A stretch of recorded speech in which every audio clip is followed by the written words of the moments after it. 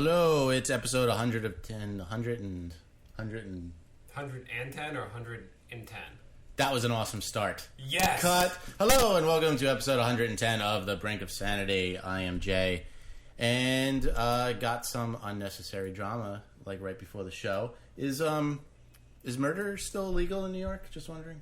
No, they got rid of that. Okay. The way they figured they could tax it. Now they're raising money by making murder legal. Well, then next week's show will be much, much happier.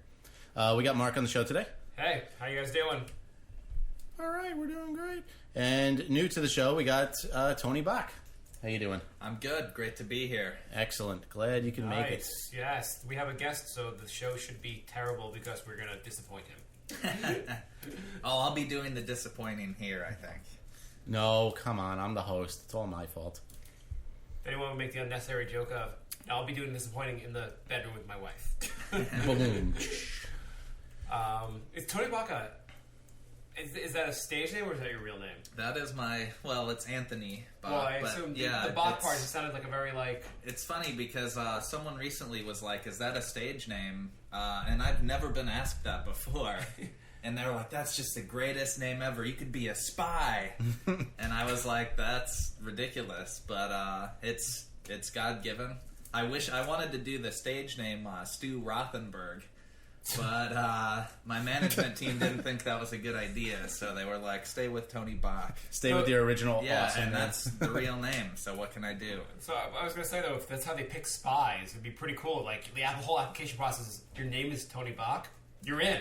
We have to take a test, right? No, you're in. We're terrible at picking our spies. If anyone out there has CIA connections, just pass my name along. That's all you have to do, I guess, is Tony Bach.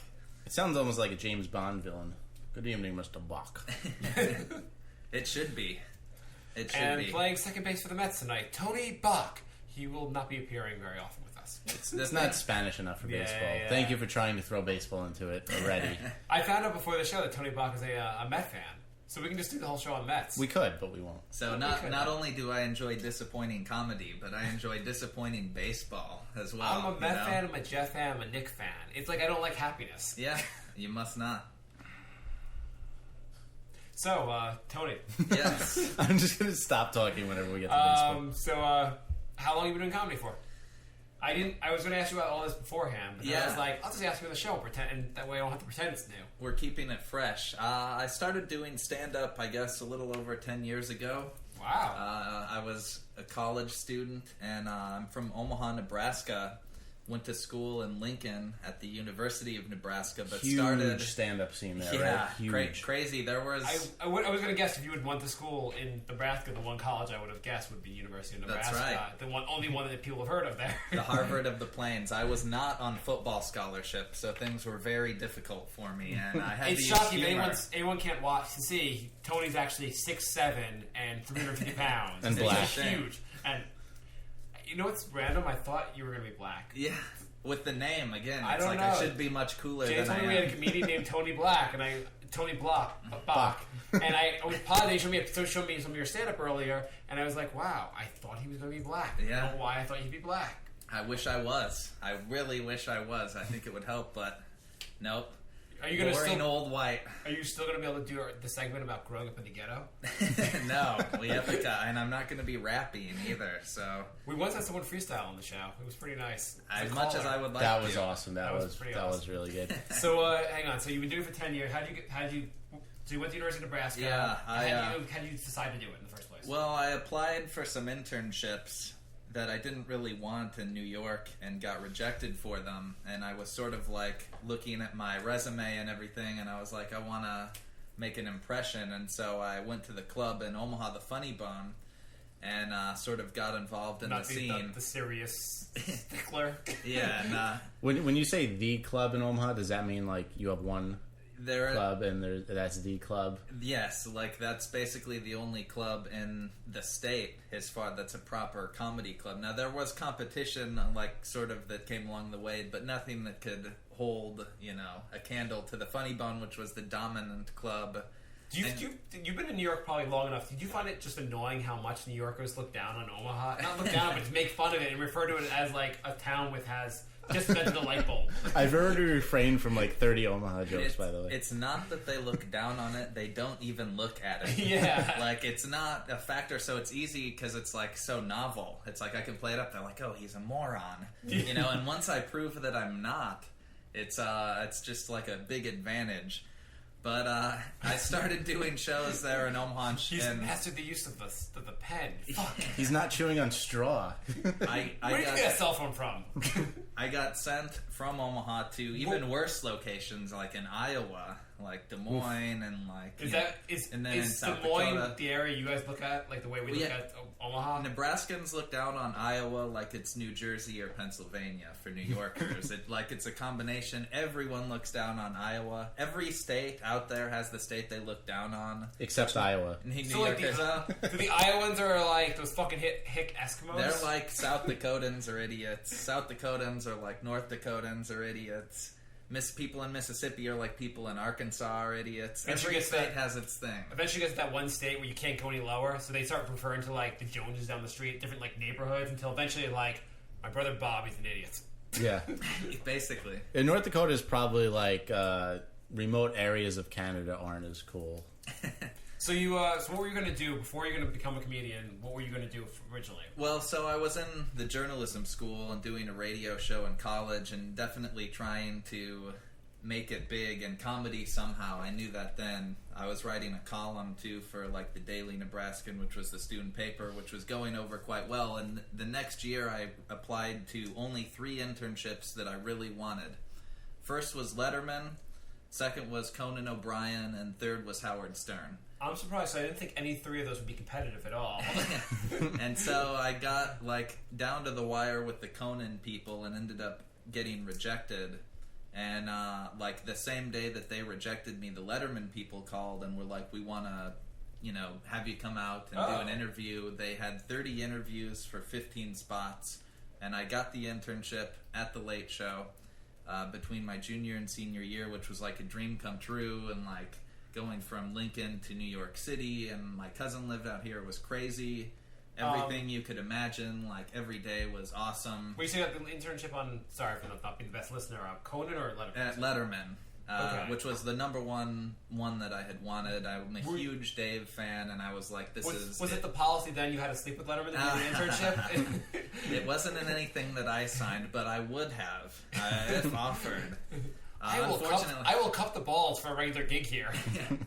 But it was like living the dream every day, sort of seeing it come together. And I was like, well, I did stand up at that point, but I was so just young and sort of, the whole Nebraska thing. I wasn't doing a bunch of shows This is here how at old that were you? point. You junior year of college? Yeah, between my junior and senior year. So then when my senior year ended in May of 2001, I moved out for good, and I got a job at CBS as a page, and sort of started the crawl up from there through a bunch of shows through the years, and have worked my way up to a good solid fan base of 5 or 6 drunks and prisoners. So are you still at CBS also? No, I've moved on to, it's like freelance production for a bunch of different things. It's like I've worked for most of the cable networks, and most recently for Wife Swap on ABC, where I was a producer.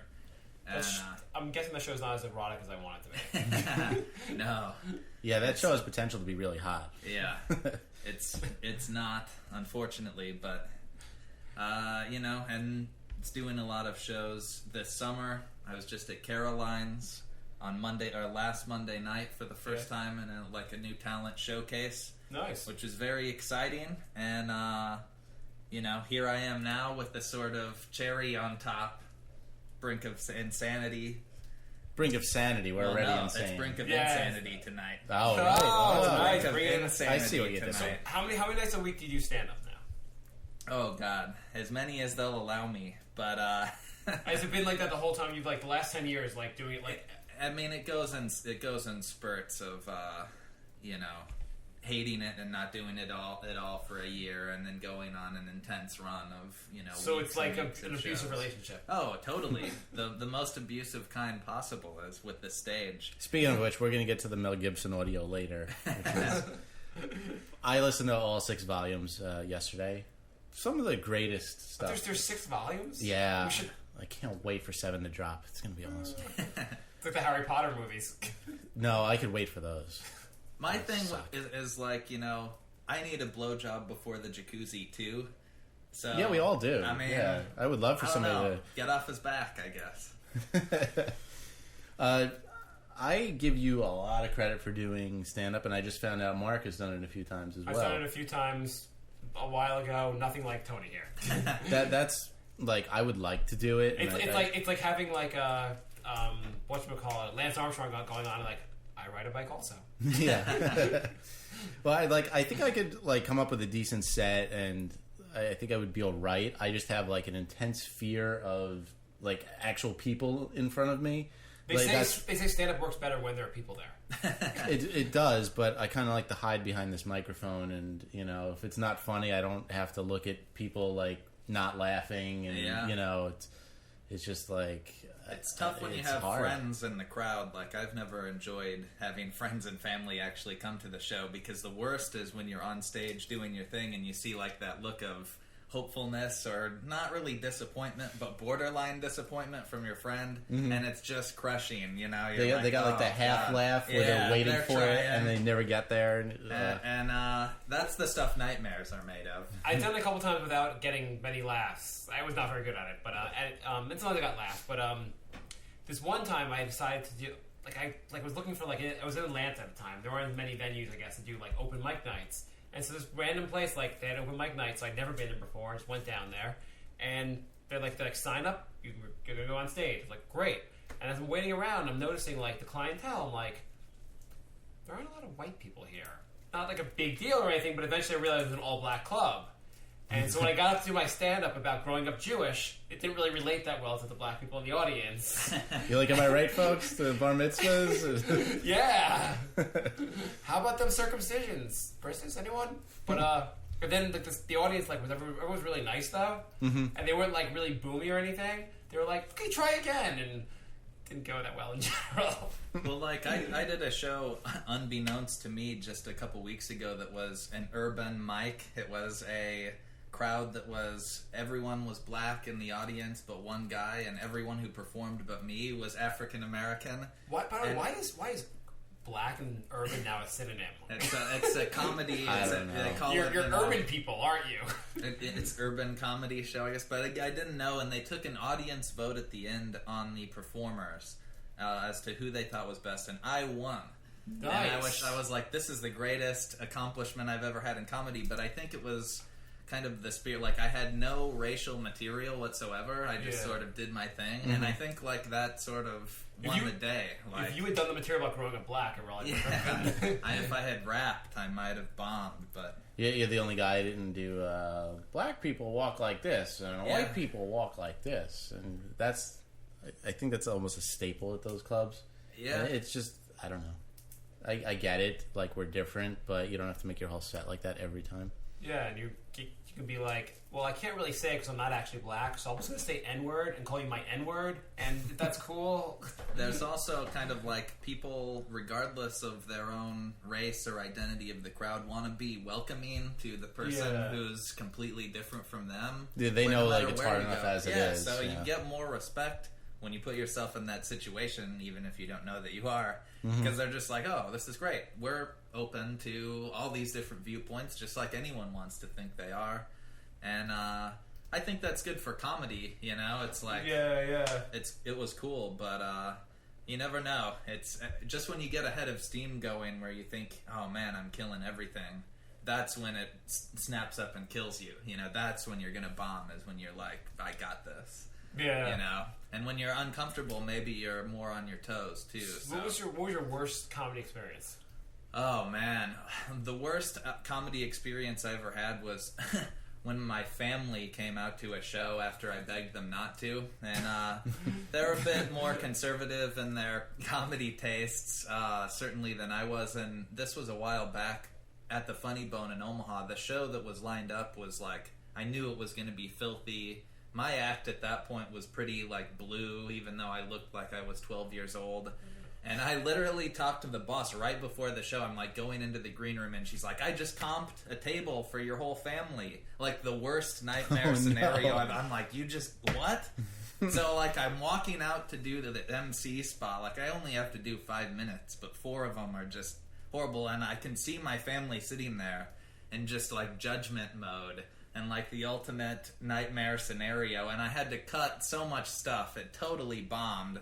And I was so mad afterwards. I was like, I can't even deal with this. You started your act with like, "I'm sorry, Mom. I wrote this before. I knew you were going to be here." Anyhow, you guys remember the first time you had anal sex?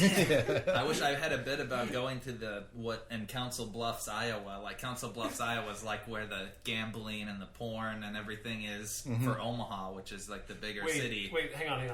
Hang on. So you're saying in Omaha there's a place called, what's it called? Well, it's in Iowa. It's called Council Bluffs, but it's kind of like the Jersey. It's kind of like the Atlantic City to Omaha's New York. It's kind of where you go to. The bars are open an hour later. There's What time's 9:30. Yeah, well, bars close at 1 in Nebraska and 2 o'clock at crazy riverboat gambling Council Bluffs, Iowa. Is Council Bluffs where the Easy Girls are? Oh yeah, and hookers. Nice. And I had a joke about the Adult Emporium, which was this gigantic, 24-hour porn store that was like a rite of passage for everyone to go to because there was nothing like that in Nebraska. That I had to cut completely out as I watched them just sitting there. And I mean, the seconds went by like hours. It was a disaster. Here's the worst part. Let me just cap it with this: is my uncle, God bless him, after the show looks at me and he goes, "You're a very good public speaker." Murder. Just death. A very good public speaker, he said about my column. Never forget that. It was horrible. I used to see you after the show. "Mom, I really don't put a finger in my ass while I masturbate. I'm sorry I told you that." Jokes. It's all jokes. Were you able to use that as like for comedy later? Well, that's the thing. I wish I could. I'm still not the performer that I need to be to like handle that situation. Another good one is I did a show out here and somewhat recently, and there were like obvious hookers, like stripper types, like sitting in the front row who were like trying to throw me off my game by making suggestive like blowjob motions and like were like where were you doing stuff. Stand up where they were just the audience was filled with hookers? This was like at some random show on like the west side of Midtown. What place? Was like Pier 41. Okay. So then it was like for people who work like at clubs, like not comedy clubs, but like clubs to like let off steam. They do this like private show, and like the crowd was super suspicious.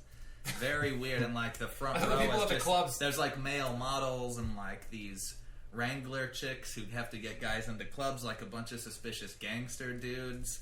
And yeah, like these total stripper types in the front row just trying to throw the show off course with their drunken, suggestive. And it's like, what do you do in that situation to make it funny? Because no one can really see what's going on, so you can't be like, "I've got to halt my material because there's a couple of whores right here who are, who I don't know, they're too fucked up to like handle this, Start doing it back to them. Start rubbing Yeah, I'm like, then after the show, of course, they won't talk to you for a second. Of course, On stage there, they won't stop talking to you.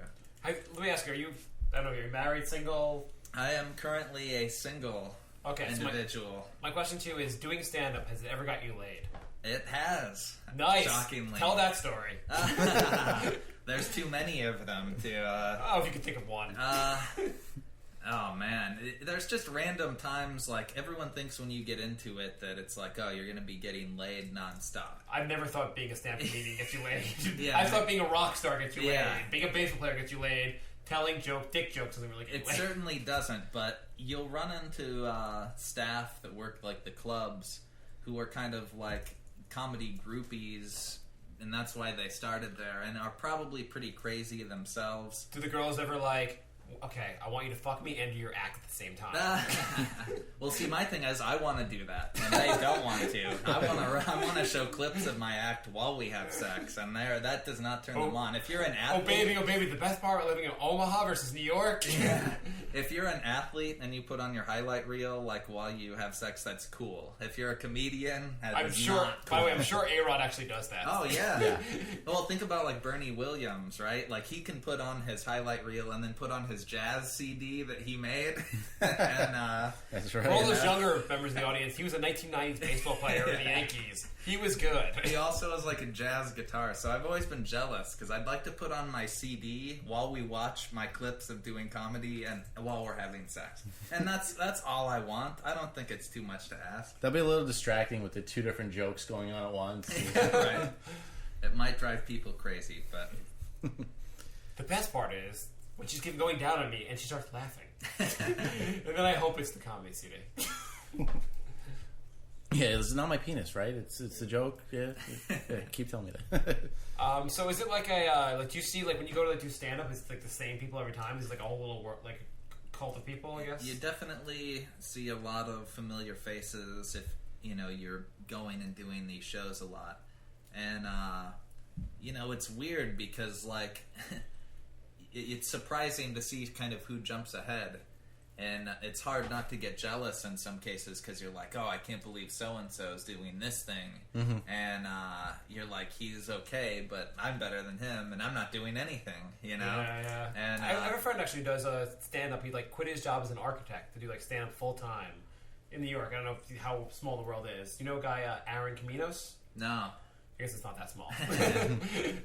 It's amazing how many people, like, do it occasionally. Like, there's a lot of actors and theatrical types who basically are like taking a class, or they think they want to do something different, or their agent has told them. You run into random like reality stars.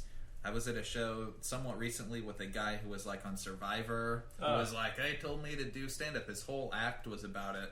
No one really cared, although several people did recognize him.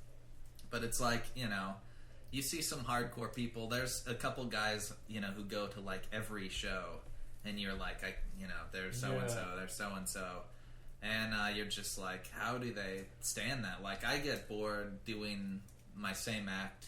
Like if it's over like 10 times, I've pretty much like lost interest, and it's like, let's do something new. But some guys you see like 2 years I've always in doing wondered the same how do you like sound enthusiastic about the same thing? I wonder that about bands too. It's like like Skinner, they've been around for 40 years, and all right, let's play Sweet Home Alabama again. Like it's gotta like. And things like with musicians, at least Skinner, you're having like, okay, the drummer's doing a little more of an improvisational thing tonight, or like you're messing around, but everyone gets it. The audience is really into it. But like with some of these jokes, it's like if you don't deliver it exactly right, then that kills it. And right. When I was at the Funny Bone, like when I was first starting out, we'd do 8 shows a week. You'd see these guys do an hour, a headliner, sometimes 3 shows, like on a Saturday night. These guys are like just joke machines. Like it's crazy what they do. And I was thinking about that, like with Jay Leno. Like people like Leno's sort of. It's easy to criticize him, but I'm like, he's totally morphed into a joke machine. He is nothing but a body. Well, and he's weird because he does. He still does stand up all the time. He does apparently, crazy amounts of stand up still, and it's just like. Although if I had 20 people writing jokes, I could probably say a lot of them as well. But no, but he does his own like material also. Like besides like doing every night on the show, he does tour dates every weekend. Well, I saw Jim Norton 3 days apart, and he had an entirely different set both times, and it's like a 10-minute set. Some people are just. It's good amazing, like that. and it's like I just. The weird thing to me was the more shows you go to where you see someone who does like a call and response bit, like they'll ask the audience to throw something out.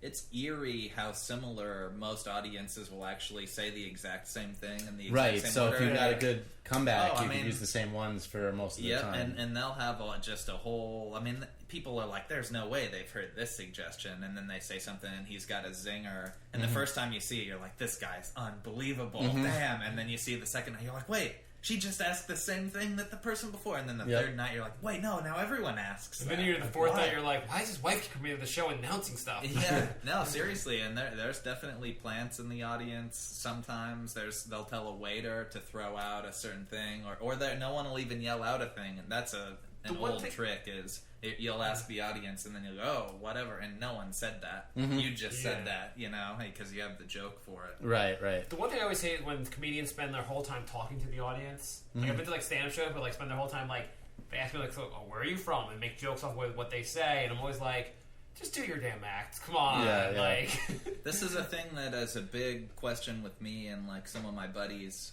that do stand-up. Like, a big question is, like, when you do these shows, a lot of these open mics, the great thing about New York is there are so many of them. You can do shows every night, but a lot of them are sparsely attended, or there's 3 people plus the other comics. The comics are never going to laugh at the material, pretty much. Do you try to kill, or do you just fuck around? And it's like, I don't like when comedians just bail on their material 2 seconds in because they're like, this crowd isn't big enough for me to have like a real representative show, so they just eat it and go into like banter mode, or then they go into hate the audience mode. And it's just like, oh, it's tough to even bring people out to shows where there's like 15 comics, because like 10 of them might be pretty good, but they're gonna fucking eat it intentionally because they're just like, fuck this. I've been to 1 or 2 open mic nights, and I find like they're like, it's all comedians, you said, and like it's also really painful. At least the comedians that get up there, a lot of them are like just so horrendous with their material that I don't know if they're just doing that on purpose or they're just not that funny. And you're like, oh my god, this is the worst thing ever, and you have to like sit there through it. Yeah, it's painful, and it's like you have friends there too, so you're like, oh god, and then it's like they start picking on people that you know or whatever. Like, I hate to see that, and it's hard. Like, I want to see a good show, and I don't like it when comedians, like, talk through another show just because they're doing, like, 3 shows, and they're like, who cares? Yeah. It's like someone booked this and went to the effort to, like, give you the stage time. But so many people are just...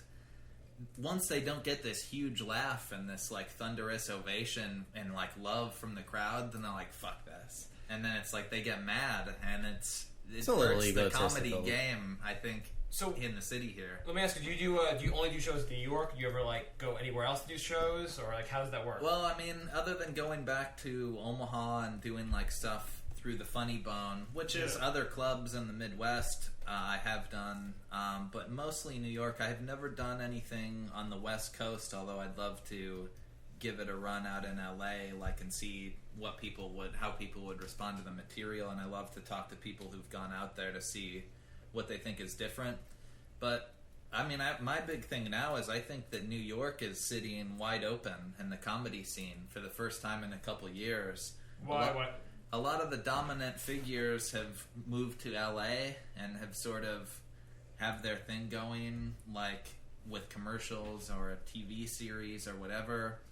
A lot of people, I think, who had sort of worked up for a couple years are finally like getting their shot, which has left New York sitting here without an heir apparent. Like, who is the next big comic from New York? Are you going to announce tonight that's you? Yes, and no Breaking one else news, agrees folks. with me. And no one else agrees with me. But I do think that, someone is going to come out of this doing pretty Fucking well. dominate this shit. Yeah, I'm going because- to be the LeBron James of this town because there's no LeBron James coming here. And there's always there's a nice story to be told about like the New York comic, that LA is sort of oversaturated with actors and TV series people and people who've just moved from New York. Have you ever thought about trying out for that? Was that Last Comic Standing? Yeah, no, I did.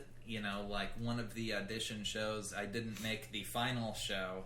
Yeah. The rumor was that there was 40 some people that they did a run through with. But like what they say is, like this guy who runs it, I think it's New Wave Entertainment. It's called. Like they do a bunch of stuff, and he launched. That sounds like Cook, a porn company name, New Wave. I'm like, that's probably something I've masturbated to. and like. Or an awesome genre of 80s music. Yeah.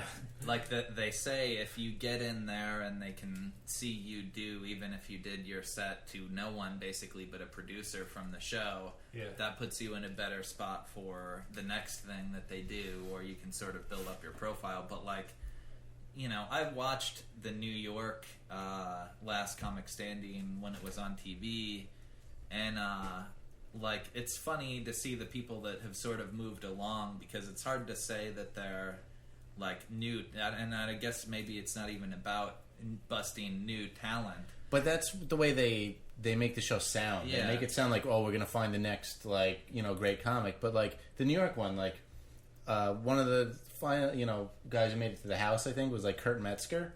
Yeah. I've seen him. I can't even tell you how many times at the Comedy Cellar. Like the guy's been around forever. He's not exactly like amateur. You know who was on the show? Jim Norton was on the show. Jim Norton was on the show. And they said he'd been doing it for 10 years. Like you said, it's not like people are just they haven't made the breakthrough yet, basically. And Jim Mike Norton's Kaplan, debatable. Well, I guess at the time maybe he hadn't made the breakthrough. You know what? Actually, halfway through the show, he got eliminated because they eventually said he got too big. Really?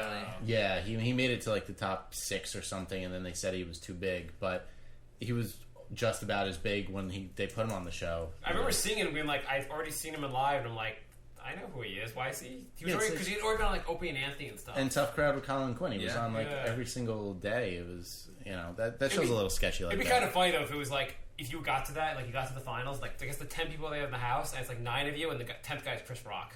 Yeah, and you're like, this is fucking bullshit. I wonder who's gonna win.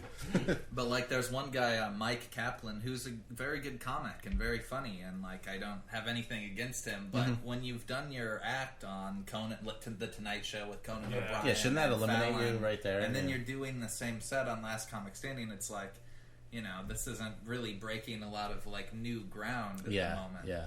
Well, it's hard to say. Like, then they have to say like, well, it has to be someone that's never done it on TV. It has to be someone that's never done. They have to set more ground rules. And it's like they have to run a good show. Like they have to know that comedians are going to be entertaining and carry an audience. And the only way they can really do that is by stacking the deck and saying, we know this guy's got enough material to bring it. So we're saying that Last Comic Standing is a corrupt organization. Take it down. I don't necessarily agree. Burn that fucking thing to the ground. Show. I don't necessarily agree with that though. Like I think they could get unknowns and find a funny person, and that's part of the entertainment. If it's the final 2 rounds and one guy has nothing left and he bombs, I think that's entertaining.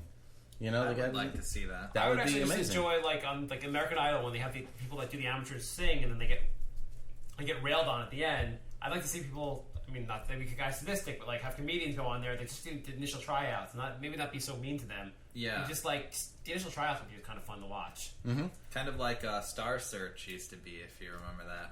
Well, no, they did have the initial tryouts. But they kind of go through it really fast. Really they fast, have all these little background stories they don't give a shit about. I don't care if you're... That needs to be cut out. Yeah, I don't give a shit if they had a hard life growing up. I hate the background stories. They do it in the Olympics. They do it everywhere. The Olympics are the worst. Oh my god, it's always like, Joe Bob, before he became an Olympic swimmer, had cerebral palsy or something. I don't know. His parents were eaten by werewolves. And then he runs the 100-meter and it's over in like 7.5 seconds. And you're like, I just watched 20 minutes of background story and he finished 7th place. And why did I watch that? And there's so many events they cut out to fill in with all that stuff too. So let me ask you on a different note. So being a comic, so when someone asks you what you do for a living, you say, well, do you make money from comedy yet? Or? A little bit, shockingly. Well, when people ask you what you do, what do you say? Well, I'd say I'm a television producer because that really is the day job. Okay. But, if they really want to know more, what do I do not for fun, but for, pain, money, disappointment, and anger, I was going to say, frustration. I say I do stand-up comedy for that. So outside the girls you meet in the club, you meet a girl, go on a date with her, how do they react to well, I'm trying to make it a comedy? Something where they're like, oh, that's funny, I'll have sex with you, or is it... They're done with the sex part till they hear the I have to make it part. They're all, we thought you had made it. So, never mind. People, it's one of those things, like, I think people are impressed. And it's, they want to go to a show. Like, once someone has seen you go up and take the stage, like, it certainly changes their impression. Yeah. Even, like, so-called industry people, like, will be at a show, and it's like you talk to them beforehand, and you're like, I don't know how that went. And then you take the stage, and things change, and it's like, for the better or worse, I guess. They either completely write you off, or they think you're legit, and, girls are the same way. If they see your show and they're like, this isn't terrible, industry they girls? might be more interested. Yeah. If not, you might be in tough shape. Just getting up there to begin with, I think it's, shows something. Shows some balls. Yeah, a lot of pussies like me wouldn't do it. Yeah. The thing is, like, it's hard, I think, kind of right now, because I was thinking about this when I started out 10 years ago, I guess, at the club. Like, you used to go to the comedy club for a variety of reasons to satisfy yourself, but one of them was you saw things there that, like, you couldn't believe. You saw, like, a crazy guy, like, going nuts on stage and doing this weird, wild stuff. And with the internet now, you can go online onto YouTube or whatever site you like, or people that send you video clips, and it's like this crazy guy doing something weird. You're, like, inundated with so much stuff that, like, the comedy club has sort of lost its, like, crazy edge that it really used to have in the 80s and 90s. Same with when that you think about it. small town in Iowa where you go for the porn. I can get on the internet. Yeah, well, exactly. And there's not really the other difference is not everyone's on coke like they were in the 80s. That's a big difference too. Is the drug use big still, or not really? Here's the thing I always tell people is, like, I wouldn't describe it as big, but the comedians are addictive personalities to the extreme. Most of them even don't drink or do drugs. Like, if you go to a show, even in Nebraska, New York, wherever, I've noticed, like, probably, like, 6 out of 10 people, like, are completely sober. You know, they can't handle it, they won't do it. And the other 4 out of 10 are completely out of control maniacs. Like, whether they drink, do drugs, fuck, like, they're you know, fully on into it. And it's like, it's the same here. You know, you either see a comic getting 6 beers at the bar over the course of a show or avoiding the bar completely. And the drug thing, like, I think it seems pretty tame. I mean, I like to study the history of the game, and it's like, I don't think it's anything like it was in the early 80s, late 70s, like out at the Comedy Store, where it was like, you know, Sam Kinison was busting up lines in the green room and shit like that. Like, Right. It's pretty professional, I would say, especially here, because everyone's super conscious of who's here, who's at the room, who are we trying to impress, who's in the green room. I don't want to seem out of control. I don't want to seem too fucked up. So I'd say it's pretty tame, even here in New York. But so most importantly, when you make it huge, will you tell everyone that Brink of Sanity made you huge? Yes. That's the thing. Like, that's why we're pushing it to Brink of Insanity tonight. It's going to get so insane that I'm going to get huge, and then I'm going to credit Brink of Sanity. That's that's huge. the plan, I'm adding man. an I and N to the name of the show. That's right, an N. More letters. It's insane. Let's take a quick break, refill our drinks, or at least I need more whiskey. And That's the important thing. Yes, I am the host, and I need more fuel.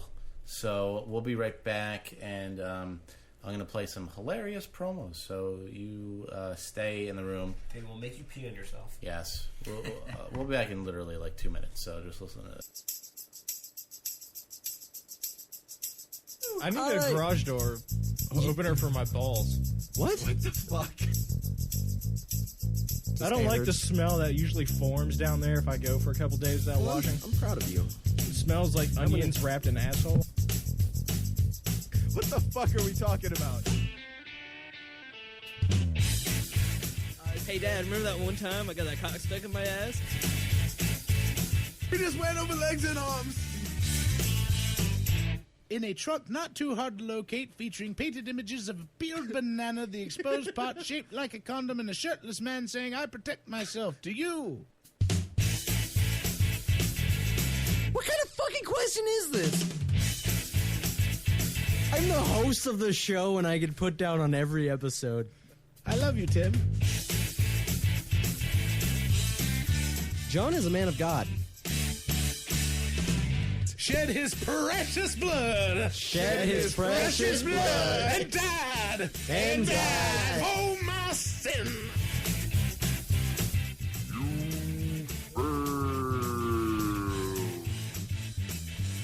And now the 3 guys that taught your mom that thing you like. It's Minor Detail.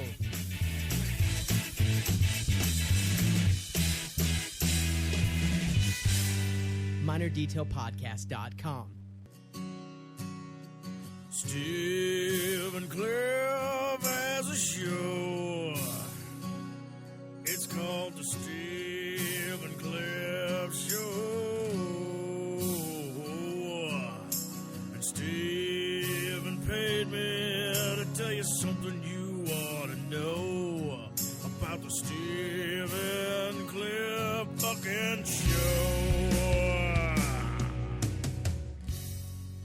Hey everybody, this is John from Random Ass Radio. After a hard day of podcasting, I like to crack a cold one, kick back, and listen to one of my favorite podcasts, The Stephen Cliff Show. Week in and week out, Stephen Cliff consistently brings the funny. His brand of alcohol-fueled humor is a soothing balm upon my sun-blistered soul. Sometimes, though, the podcast just isn't enough. That's why I thank whatever God there is in heaven for the Stephen Cliff Show forums. If you go to thestephencliffshow.com and click on the forum link, you will be transported to a magical place where the only rule is to have fun. You want to find out the newest shit about the show? It's there, man. You want to talk about episodes, Steve's kick-ass guests, or check out some great pics of the show? It's there, man. You want to just chit-chat, suggest things for the show, or randomly post the word poop like I do, then sign up. It's all fucking there, man. Become a part of something big. Join the Stephen Cliff Show forums today.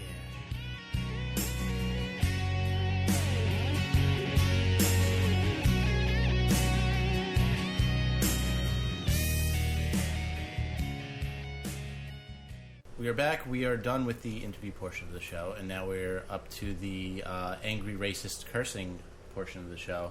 Have you guys heard the Mel Gibson audio yet? For parts. I haven't heard much, so I'm excited. It's amazing. It's amazing. I don't know what this guy's on, but I wish he was on it when he was doing Braveheart, because it would have been a much funnier movie. You know what the thing is? That after he does this, people are going to be like, oh my god, Mel Gibson, I can't see anything with Mel Gibson. Then he'll release an even better movie. And he'll be like, oh god, I fucking hate it. I hate the fact that I love this movie. Mm-hmm.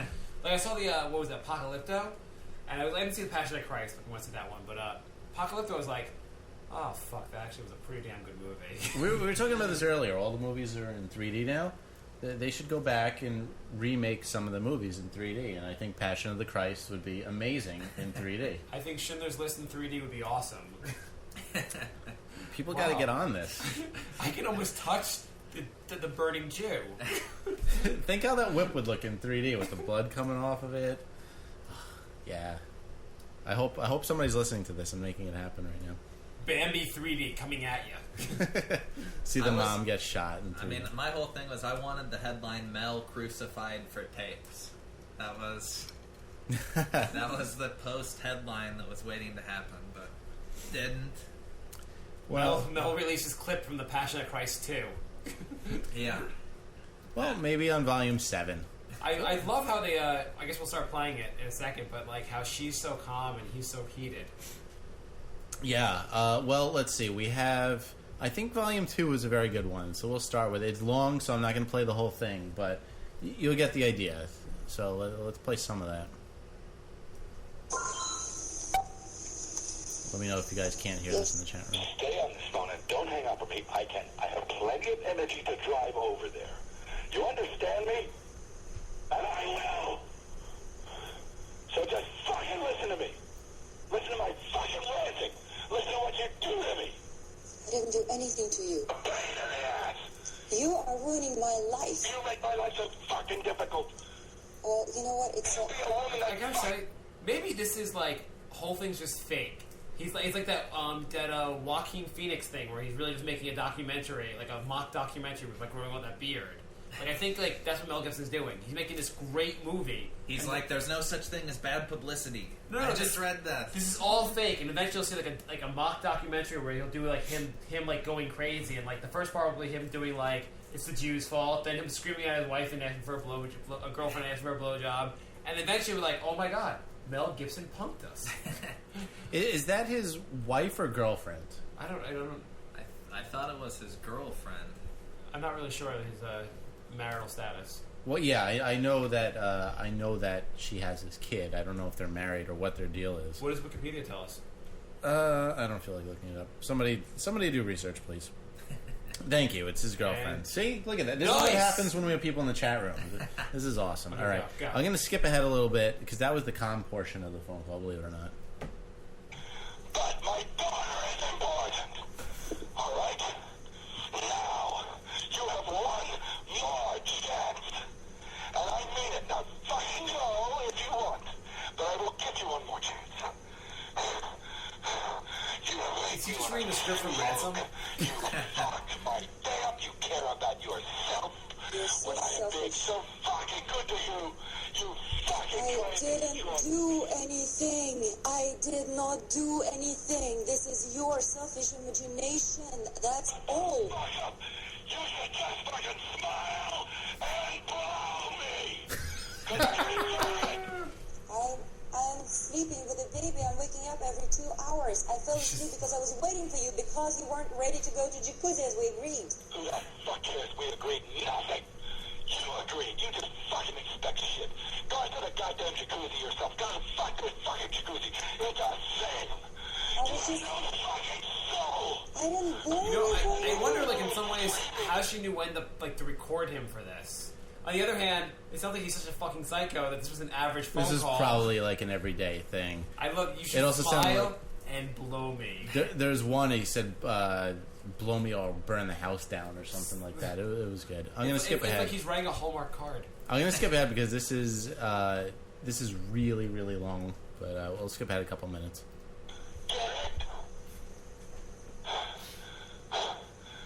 It's like hyperventilating. Fucking don't care about me. I'm having a hard time. You fucking yanked the rug, you bitch. You fucking selfish bitch. He's too calm. I'm gonna skip ahead 2 more minutes. the life of my daughter. Find some motherfucker to pay. Listen to me. I think he began this though by saying, "You know, it'd be crazy if I said," and then went this whole rant. The very very end is the best part. It is pretty insane. Now let's skip to the end. And that's because I'm capable of it. You understand that? Get a fucking restraining order. For what? What are you going to get a restraining order for? For me being drunk and disorderly? For hitting you? For what? You hear that? For hitting you, right? Yeah, you're gonna get a restraining order for me being drunk and disorderly, or for hitting you. Can you turn off the air conditioner? That's probably gonna sound really bad, even though it is like 400 degrees in here. I like to be I like man sweat near me, so I'm just type through the show better. So in the impending lawsuit, that's pretty incriminating, I would think.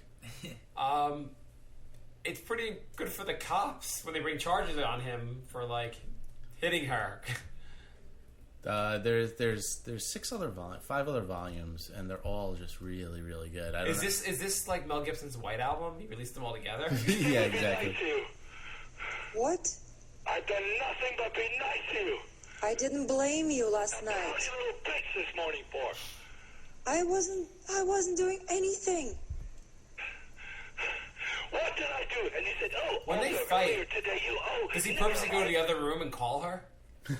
I don't know. Yeah, are they like not in the same room ever anymore? I don't. That's the part I don't understand. And the other thing I don't understand is why he has to run the 5 miles before screaming at her.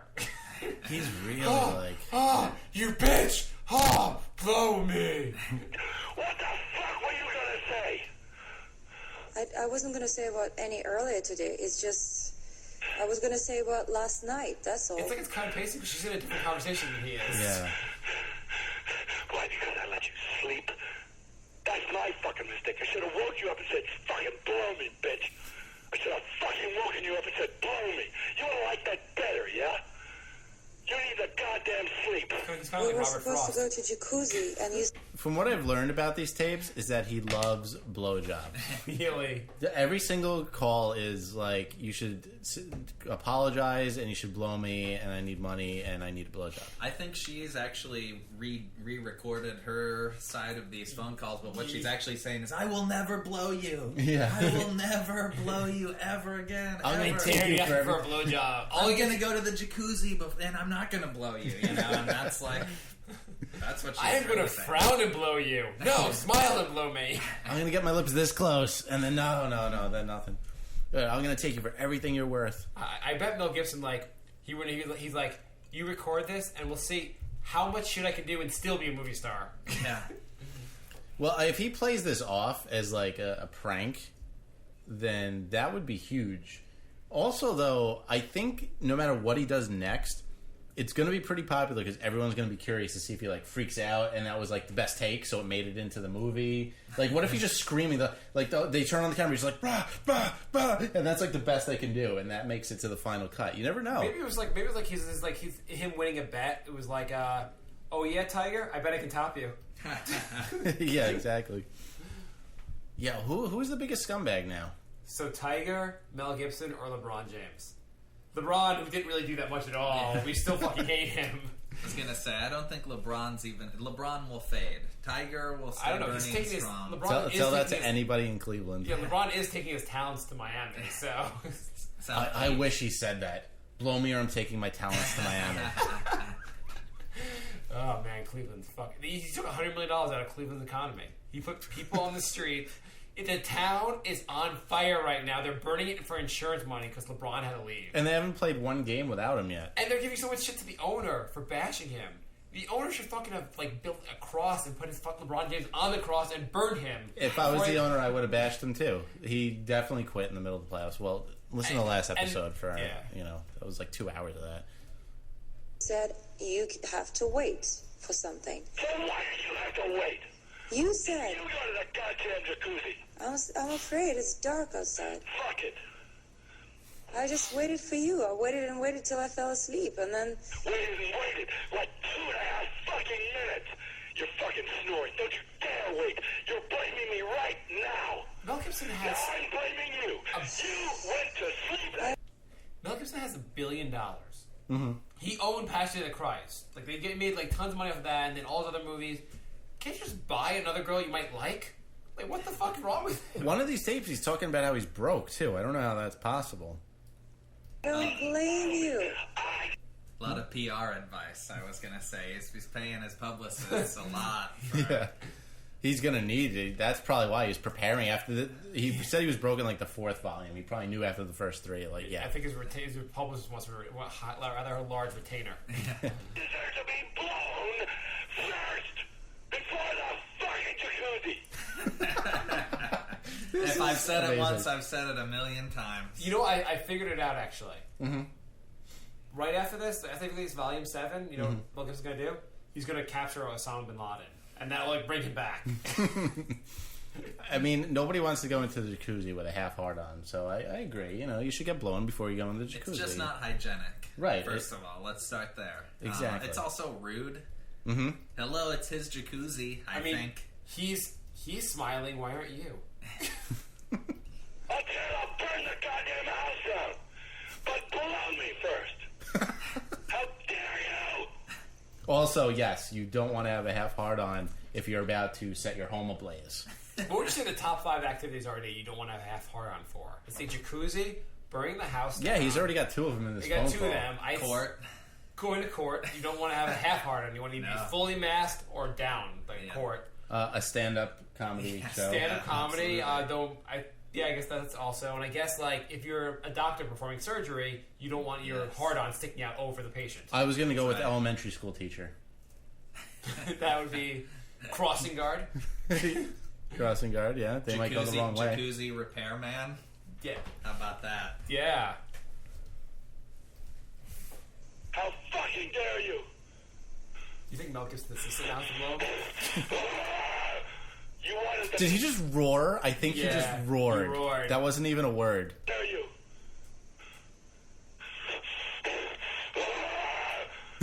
Wait, I think was that his rebel yell? He just went roar. That was actually a Braveheart 2 teaser. Yeah. It's something he's working on. What will you do without freedom? What will you do without blowjobs? Don't you ever speak to him. Find your own goddamn therapist. Freedom. Fight me over the therapist. Problems more than me. You need You know medication. how to fucking push my buttons, and it is not going to work with us. It's not. Is it just that she's in better cardiovascular shape than he is? Because he's like really like tired, but she's just like lapping him with like calm and I'm not out of energy. She's actually hearing the divorce settlement money ringing up like with each Yeah, insult. exactly. She's like, And I've sent the She's like that scene from Big Lebowski where he's like, calmer than you are, dude. Getting text messages from what was her name, Ellen Woods or Eileen, whatever he's like, like, oh yeah, I got you beat. You can't wait till I drop this audio tape. Some guy made a joke. Worst free agency signing of the summer. What's her name? Elsie Woods. 6 years, $100 million. yeah. But Elon Woods actually beat his ass, so it's actually kind of a reverse. Like she abused him. Whereas he's abusing I do her. like the caption, be it Mad Mel Beyond the Thunder Whore. But it's pretty good. All right, this is from Volume 6, which was just released. What do you think the best volume is? I really like 4 because he gives the order of when he should get the blowjob, which is before the hot tub and also before burning the house down. But this one, he also calls her son a pussy, which is... it's up there. So one thing I think you should do when they release these, instead of calling them, I've noticed that like when Spike Lee releases films, he talks about a new joint he's dropping. Mm-hmm. So I think Mel Gibson should do the same, releasing a new joint by Mel Gibson. You know what? Actually, Mel Gibson rant series. Cunt made me sell Lakers tickets. I think that's my favorite one. You know what? I would actually like there'd be like a good box set to release later on. Like yeah. Then you could have like the lost tapes, the B-sides. Yeah. The country version. The basement rantings. The techno remixes. Yeah. He can really make some bank on this.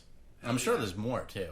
It should be a T-shirt line. Yeah. I'd buy it. I'd have the jacuzzi on. I'd have a blowjob picture on the front and the jacuzzi picture on the back, so I could chronologically show you the order in which it's supposed to go down.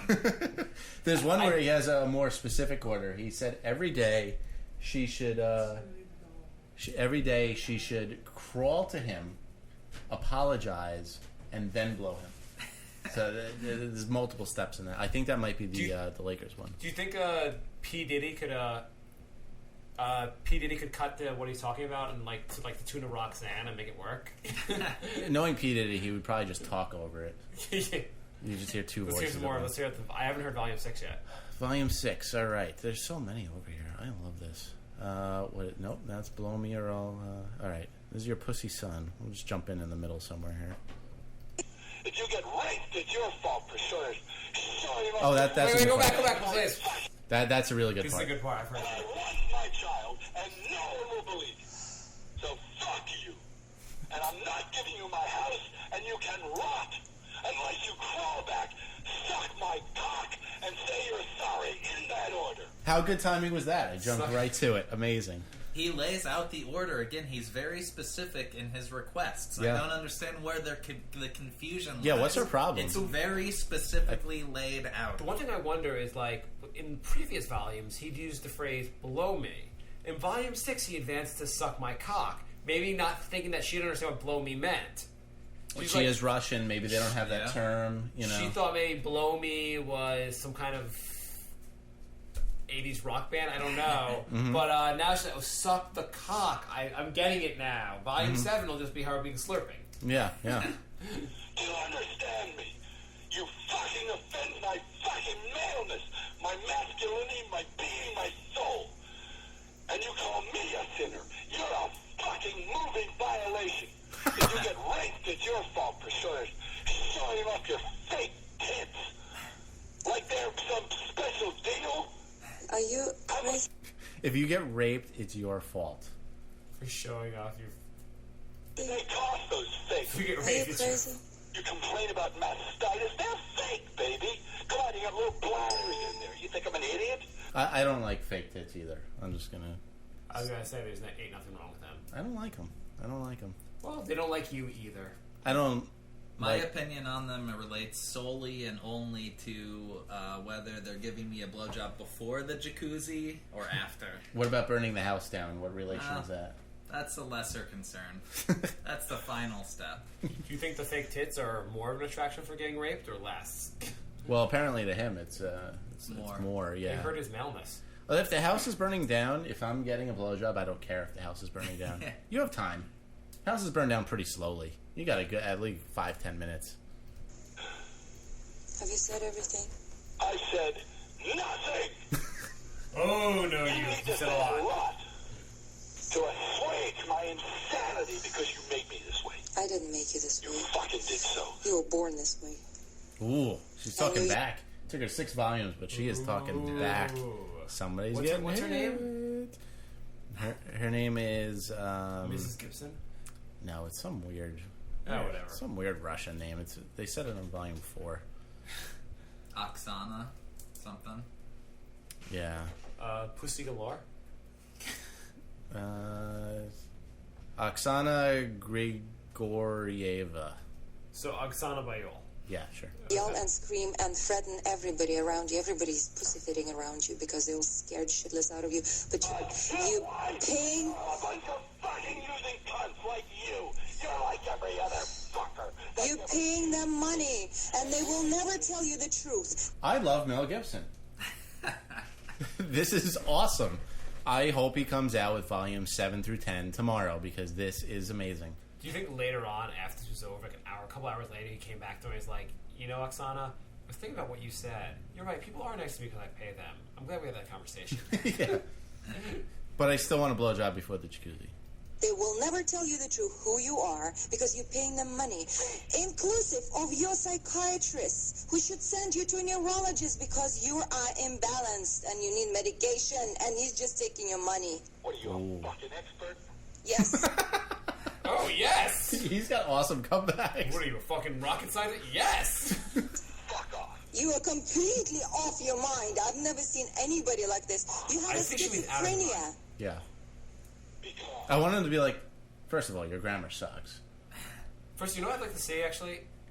This aired on, like, I don't know, like NBC. Because they'd be like, you beep, you beep, you beep. It would just be like you, and then it would go to the end. He said, I can't believe he did that. Because you're born like this, my dear. He makes a version for TBS. You are so spoiled. You have biggest ego, and you let yourself roll. You hurt me too badly. My God, what an ego. Nobody would dare tell you that. You're paying them money, for God's sake. What? Nobody will tell you that. You're paying them money. Oh, like you, huh? I don't need anything from you, okay? I will disappear from your life just like I came in. Fucking credit card, you callous cunt.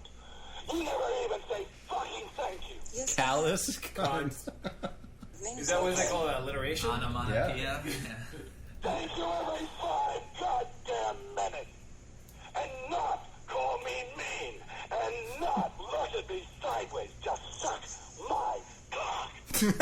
He really likes his joke to suck my cock. No. He almost didn't make it because there was only 10 seconds left of that clip, but he got the blowjob in. All right.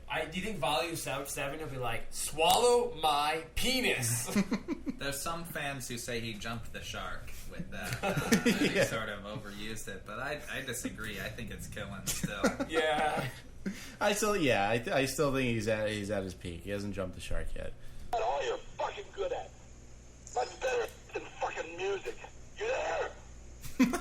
Can I ask, Much better than music. can we go to Volume 1 just to hear the most classic one, the original? Volume 1. Do I have Volume 1? Yeah, I do have Volume 1. I don't think I've heard Volume 1, and I mean, I kind of have to hear a little bit of the original. All right, here's the very first second of his first rant. It's his first one. Everyone gets a little pass. It's like Leno's first TV show. Something, right? Because you're doing something. Trying to breastfeed with fucking foreign bodies in you. Was that it? Oh. That has nothing to do with it. Oh, it had nothing to do with what? The fact that you had foreign bodies in there? He's very calm in the first one. You know, Yeah. Seinfeld had that new show where he had couples like settling. I think it was like The marriage ref. the marriage ref. They need to go on that. This would be great if they were on the marriage ref. That show would have been Seinfeld's new mega hit if you had Yes. them on the marriage ref. Oh my God! Let's yes. go to the jacuzzi. You know? I mean, how many shows they'd be so good at? Like Wife Swap? They'd be fucking great on Wife Swap. Don't you hate it when you don't get a blowjob before the jacuzzi? It's like, well, look at this. I'm in the jacuzzi. Didn't get a blowjob.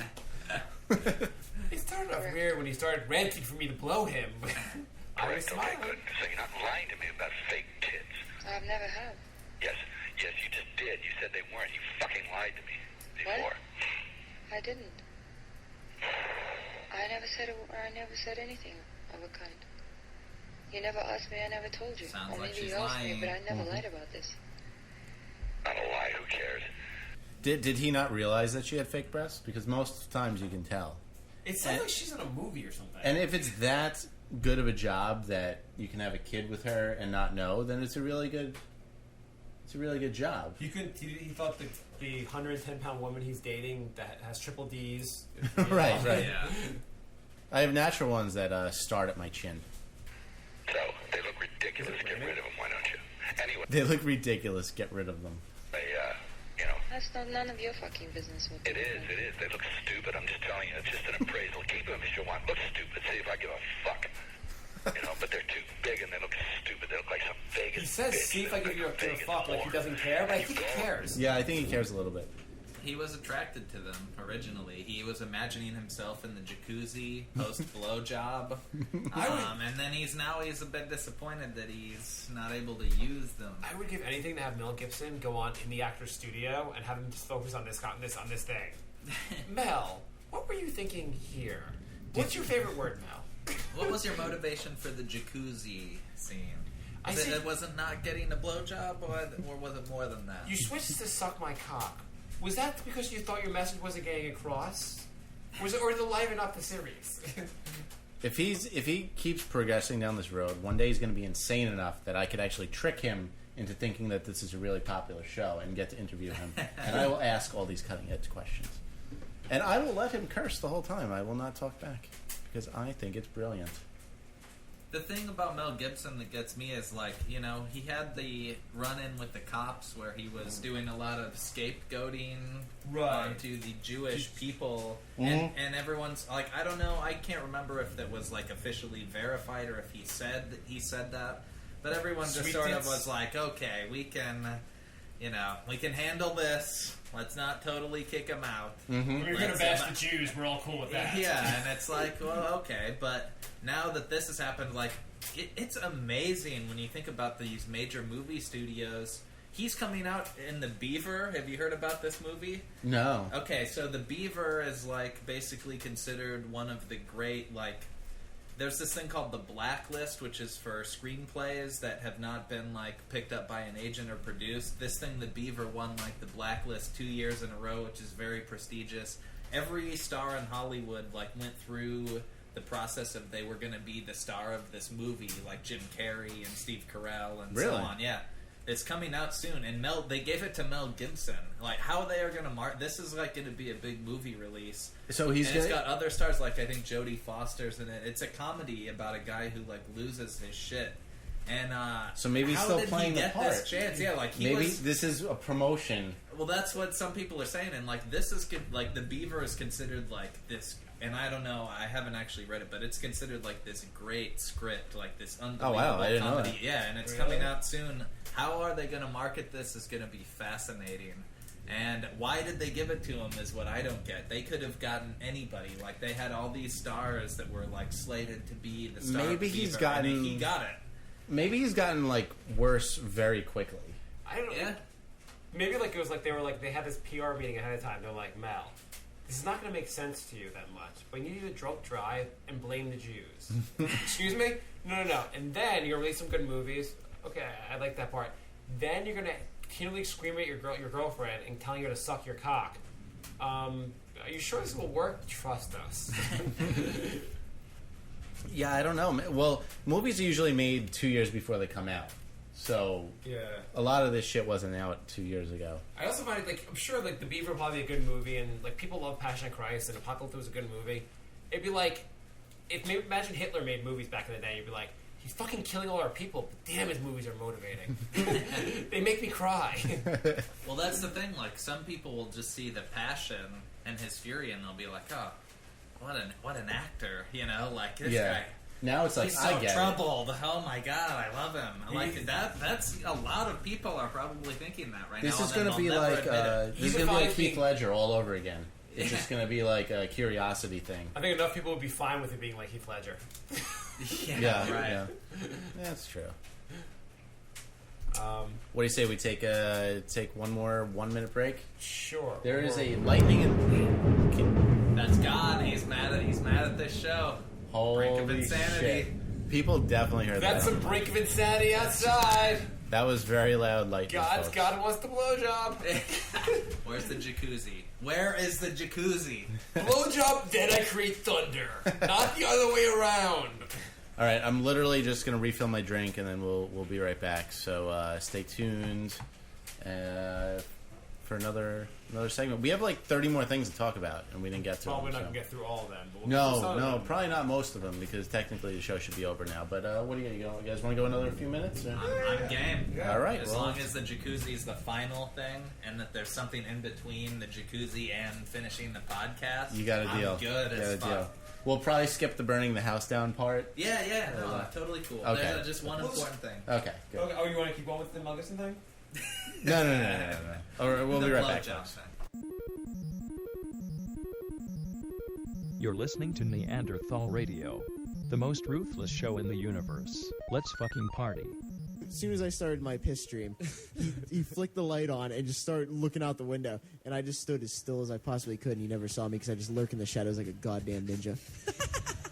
Let's break this down. When we're doing the show, here's the 3 things that go through our minds. 1, do we have 6? Cha-ching, yes. 2, can I go buy some beer? Cha-ching, yes I can. And 3, will my Dell laptop fire up one more goddamn time? Please do it, because it doesn't have a battery. And all we're thinking about the whole time is afterwards going to Sheets and getting greasy food. Have I taken my underwear off so I can get more cozy in my chair? Oh, I didn't tell you guys about that? Sorry, that's fucked up. I'm sitting here naked. You better get yourself a sandwich right now. And a beer. And And a cig. And maybe if you're going to jack off, do it now. Yeah, do it Plenty now. of cigs. Yeah, we got plenty of cigs to go around for everybody. We got diesels, and if you're we got listen- diesel trucks and outside. if you're on listening to this on an iPod or computer, stop. Burn it to a disc and put it in the stereo because we're gonna rock your fucking face. And if you can do it, possibly burn it to a record player because that'll sound real sweet. Yeah, awesome. Check out the show at neanderthalradio.com. Naked women and free beer. Every Thursday night. Subscribe. All right, we're back. That's an exciting thing to tell everyone. Yeah, I lied. That was like a 3-minute break instead of a 1-minute break. But you know what? We're back. We So had it's all good. we had pizza earlier from Papa John's. Mhm, It makes good pizza, but I gotta ask you: is there? We still are in New York City. Is there no New York City pizza place that was better than the mass chain that is Papa John's? There- I liked it and I appreciate it. I'm just asking. There's no New York pizza that delivers in about 7 minutes. That's the thing. I didn't want to order and then an hour later when we're starting the show, pizza shows up. You know, the sooner I could start drinking, and I don't want to start drinking whiskey on an empty stomach because we did that a few weeks ago, and barf happened, and I don't want to do that anymore. So you know, Do they have Pizza Hut here also? Because you tried they have the new recipe at Pizza Hut. Or is that Domino's? I don't even know. Domino's. Domino's. They had that campaign. Pizza Hut's the same shit as before. They had that campaign. Everyone on the planet hated our pizza, but we made it slightly less awful. So And my everyone thing tried is, it. I liked Domino's. So I actually felt a little bit insulted because I was like, they're basically calling the tastes that I had for pizza shit. Right, I right. was They just buying their pizza. insulted you, yeah. And now they've changed it. I don't think I even want to try it. Just Yeah. fuck them. Those Like, who I are- liked it before, so I don't need their judgment of their own product. Look, to tell you, loyal customers, you were eating feces basically before, and you should fucking get real taste buds. And with my comedy, that's basically the stance I take. Is like I apologize for the comedy that I just did. That's Mhm. what Domino's did. We're sorry for our pizza that sucked, you know that what you we- enjoyed for Mhm. years. That'd be a good strategy. It sucked. To go around to all the girls you've had sex with and go like, I was awful at sex before. I am new and improved. You want to try me again? The skills I have learned since last time, we should definitely try it again. Better ingredients. Listen. They took a national poll and they said I was awful, and they said I'm better now. So That's a brilliant strategy, though. Just saying, we're awful. Everyone on the planet should try it at least once more. Yeah. Because even if nobody else orders it again, they just made $1 billion. do you think they have the same PR guys as Mel Gibson? Just say our products suck and see how it goes from there. You know, I finally saw somebody in the chat room was talking about Little Caesars. I finally saw one. In the 90s, I saw commercials for Little Caesars constantly, but never actually saw an actual Little Caesars. It's kind of like the way Sonic is now. I don't know if you guys have ever seen a Sonic, The commercials run constantly. I'm from Nebraska, where there were Little Caesars and currently Sonics in abundance. So we're getting like when you decide between Little Caesars and Sonic in I guess Nebraska, you're just saying, do we want to go fancy or not? Right. Yeah, I dress up to go to Sonic, or am I slumming it at Little Caesars? Do I want to spend $2 on a full meal or $3? I remember actually we had Little Caesars growing up also. I remember it was like pizza, like buy one get a second one free. Yep. And if anyone's ever tried Little Caesars, it's like punishing you twice. The Sonic commercials make the food look so good too. I've never had one, but it looks so good. It's not that good. That's the thing. I go. But home, that guy in the car seems like he's so chill. They have like a chili cheese wrap or something. It looks so awesome. Seriously, I go home about once a year, usually for Christmas. I go back to Omaha. And I go to Sonic because I'm like, I saw this new thing on TV and I can't get it in New York. And it's terrible every time. Have you been to I don't know, they probably have them near you on Steak and Shake. Have you been to that? No. No? It's not a Midwest You know what it is? Because not in Omaha. I have a friend that's in Columbus, Ohio, and we went to visit him in Columbus. And they had Steak and Shake, and we went there at the end of the night at like 3 a.m. when we were all wasted. It was good? Well, it was hard to tell because prior wasted? to making my order... I threw up like my brains out in the bathroom. Yeah. Came back to the table like a half hour later. The waiter's like, what do you want? Took me about 10 minutes to order. He brought it out. I swore that wasn't what I got. My friend just switched with me to make me feel better. Wow. I was blacked out at a diner once, and I didn't even look at the menu. I just went, burger fries, burger fries. The waitress wasn't even there. I just said it over and over again until burger fries showed up. At one point, like, the waitress walked past and heard me and, like, put in my order. And she's like, what about Pizza Hut? Don't you understand? Yeah. Ridiculous. Checkers, somebody's saying in the chat room. Amazing. I don't know if you guys have had that. Amazing. No. Best fries and really, really good burgers. I went to a Checkers in Daytona Beach, Florida on spring break, and they turned that Checkers into like a club at night. and I made out with a girl in Checkers on the dance floor. Wow. Was it still a Checkers? It was a Checkers at night. It was like the Peach Pit after dark. So you could still get burgers? I don't know. I didn't try to order burgers at that point. I think earlier tonight, they stopped serving dinner and turned it into like bar. Oh, so it was still a Checkers. Well, then that's awesome. Yeah. And then I saw another Checkers elsewhere, and I was like, oh, it must be a club. Oh, it's not a club. That was the first Checkers I had seen. Ready to You know, that was the name of an awesome club chain. I had really gotten the wrong impression of Checkers. Yeah, sounds like it. I love dancing, and I love chili cheese fries. This is Perfect awesome. combo. Haven't had Chick-fil-A. Heard that's good, too. They had that in Atlanta, where I used to live. That was a big thing. It was pretty good. You have a Chick-fil-A? No, everyone raves about Chick-fil-A. I know in like LA too, it's a cool thing, but they don't have it here, and it's kind of a shame. I thought most chains were like nationwide. Apparently, there's a lot of just regional stuff. Like in Texas, Whataburger. Have you tried? No. We don't get Whataburger, Whataburger, In-N-Out Burger, Fat Burger. Whataburger was like the biggest thing in Dallas and like the surrounding areas. Everyone had it, and it's a pretty good burger. I want to go on a national burger tour. That would be good. A fast food burger tour or like a national local burger tour? Can it be both? I guess it could be. Just the best burgers, the best fast food, the best bar burgers, the best restaurant burgers. Yeah. Just a lot of burgers. I think that would be one of the best road trips ever. You could really go on a ever. national pizza tour. That would work very well. I had a good burger 2 days ago, and it was. You're saying you had a burger from Good Burger? Yeah, and it was a good burger. You know, it's a very accurate title. It's a good burger. It's not a great burger. It's a good burger. It's a bit too expensive for my liking. How much is a good burger? It was like $7, and it was like just a burger. Have you had? Wasn't even huge. Have you had the Shake Shack yet? No. Every time we go, there's a line about 1.7 miles long. Their burgers are pretty good. Yeah. Their McDonald's done really well. Mm-hmm. I don't mind a heart attack, so you know, I'm willing to try Fat Burger, 5 Napkin Burger, In-N-Out Burger. I want to try 5 Napkin Burger. That's good. My girlfriend is furious at me because I eat all this shit plus Taco Bell and whatever. And yeah, I'm a little overweight, but my cholesterol is so low, it's unbelievable. And she eats vegetables and fruit and has like really high cholesterol. It's awesome. Is 5 Napkin Burger different from 5 Guys Burger? Yes. Yes. Okay, Actually, Five Napkin Burger is like a fancy restaurant. Really? It's like they serve sushi there also. Really? It's supposed to be Is there one here not in like New fancy, York? yeah, it's in New York. It's like just a more expensive restaurant. Okay. It's like- I've had 5 Guys, which I like, but that's not really classy. I haven't had Five Guys. Can I just say Burger Talk making the chat room blow up? Yeah.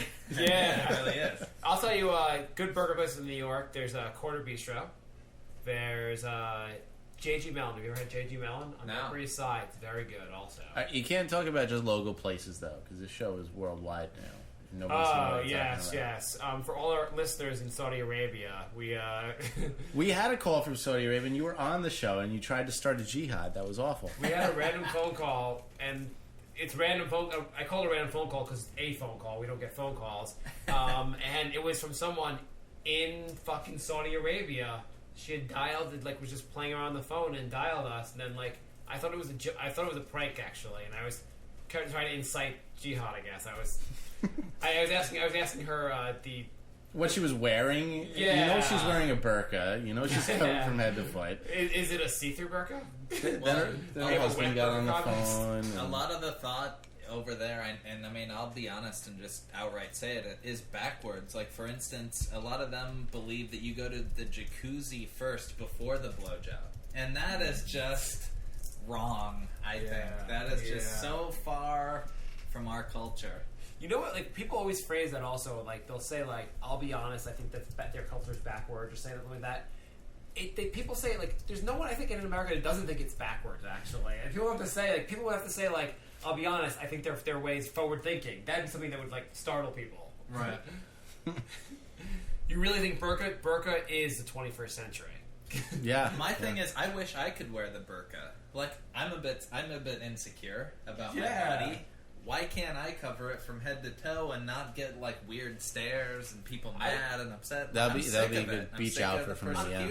On a side note, on a different totally, I just thought of this and I felt like mentioning it. You know what show is actually pretty good?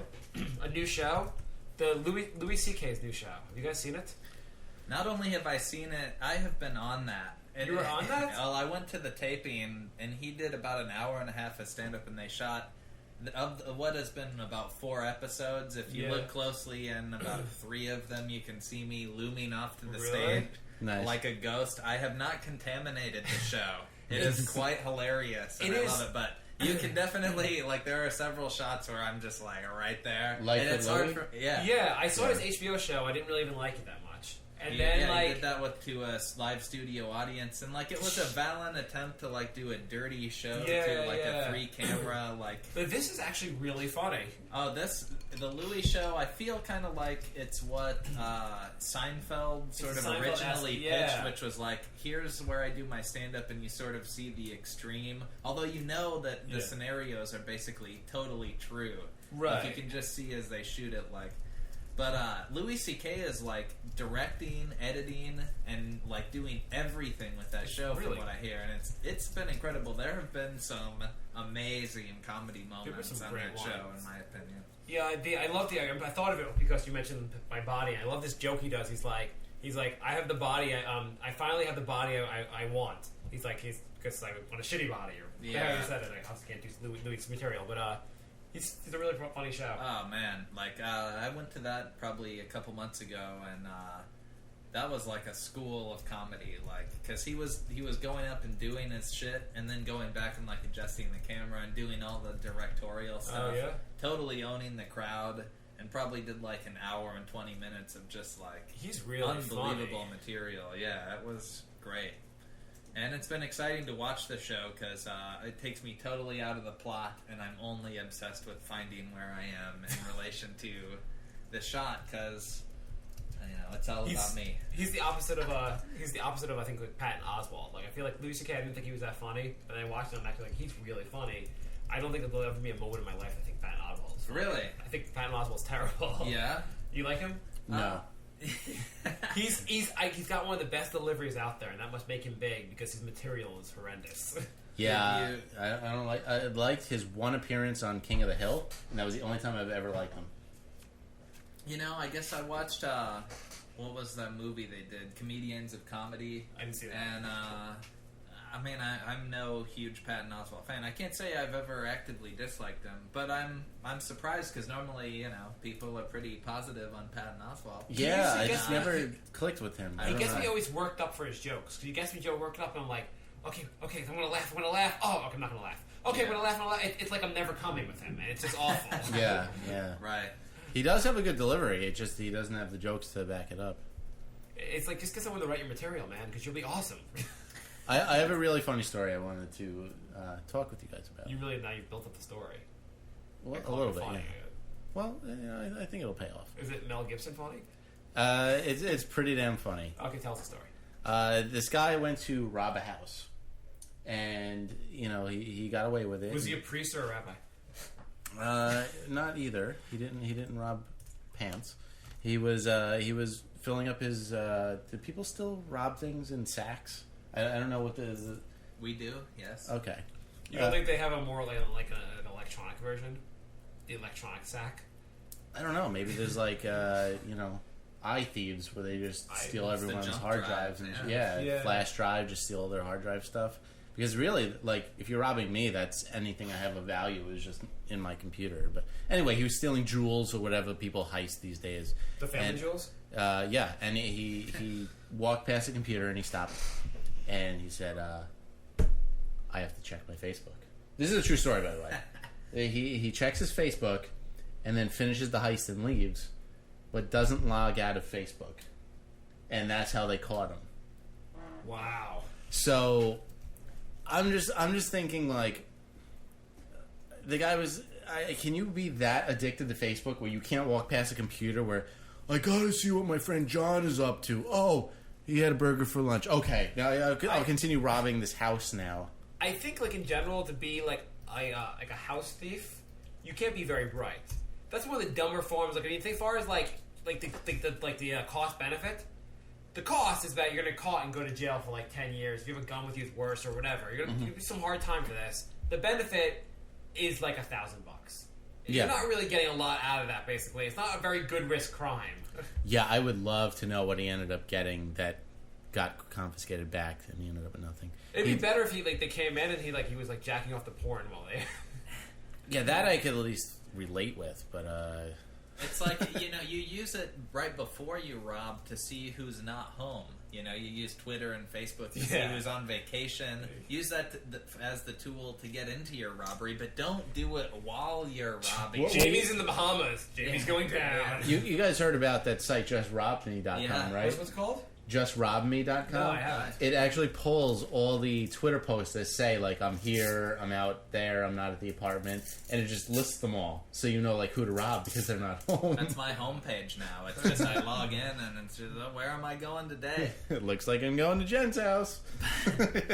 But, like, imagine him at a bank trying to go in and, like, you know, hey, I need all the money, I need it in a bag, I need your computer, I need to do a status update. Yeah, please let me know. There was some stories like that one crime I'd heard about, I don't have a newspaper article, but where, like, the guy, like, the note he said, like, I have a gun, and, like, it was, like, on the back of it was his it was, like, a bank receipt or something. Yeah, I heard about that one, too, yeah. Yeah, I can just imagine his Twitter updates, like, you know, robbing a bank, LOLs. There was actually a Artie Lang, who I love, comedian. He had a story when he was like 17 or 18. He was trying to play like a joke with a girlfriend and went to tell her, "I have a gun," and he was doing it comedically, and the cops came. Right. They don't mess around with that. I've found. Yeah. So that's the one news story I found, and I thought that one was pretty brilliant. I mean, there's almost nothing sadder that shows you our narcissism run amok, like the burglar who had to log into Facebook as he was committing a crime. I mean, there is no excuse for it. It's, I don't know. There really isn't. He should get, not only should he get a sentence, the judge should punch him in the nose while he's giving it, because it's so stupid. Like, there should be more repercussions than the normal.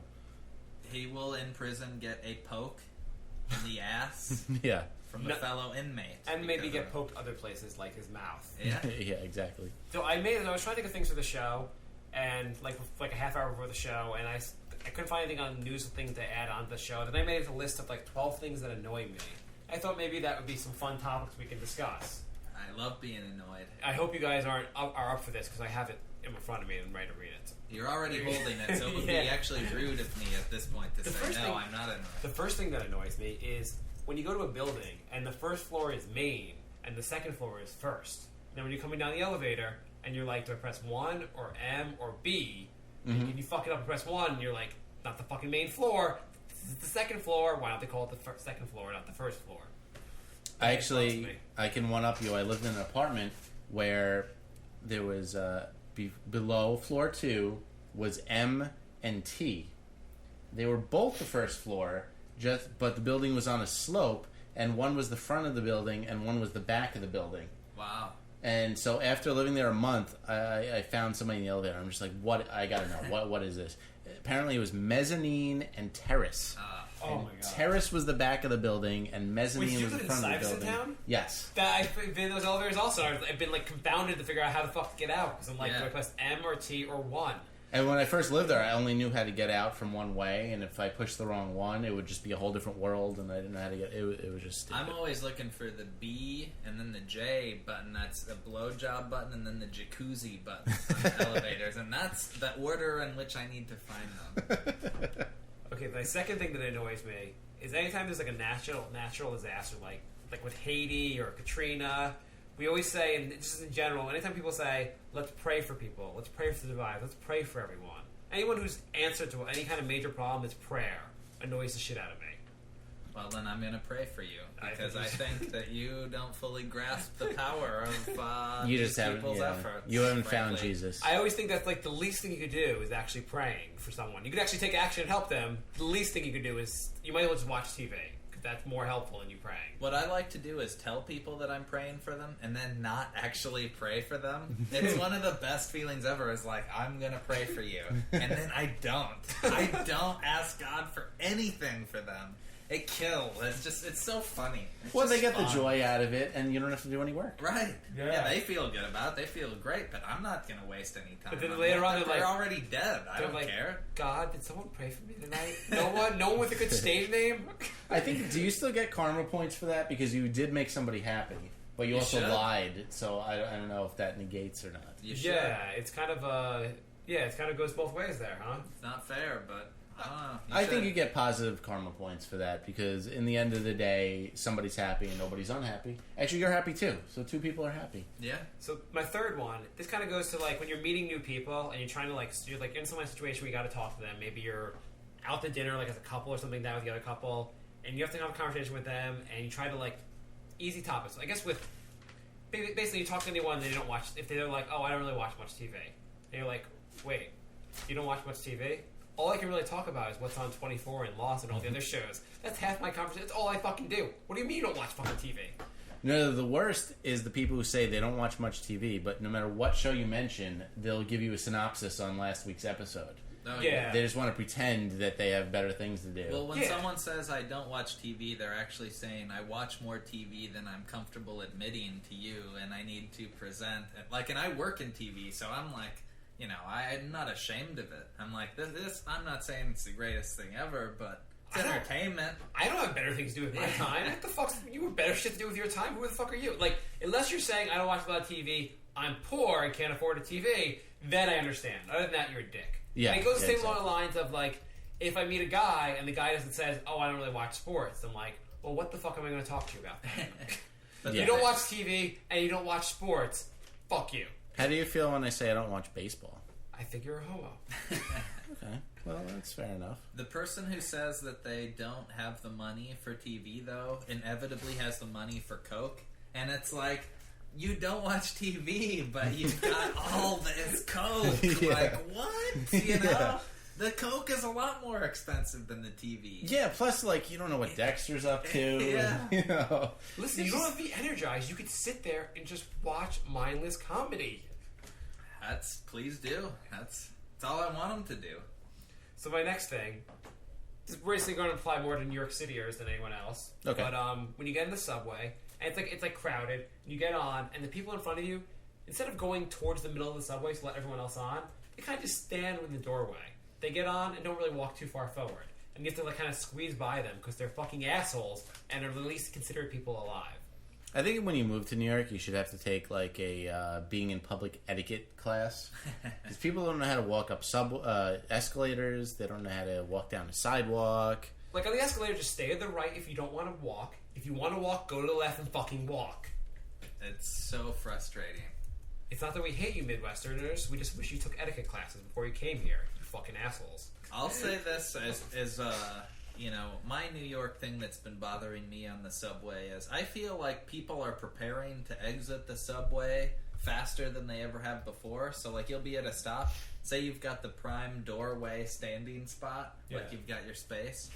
People now, I think in my time since I've lived out here, are faster to try and establish the I want to get out of the train spot. So they'll, like, cram your spot. You're like, we're not even close to getting, you know, to the next stop, but I understand you want to get out.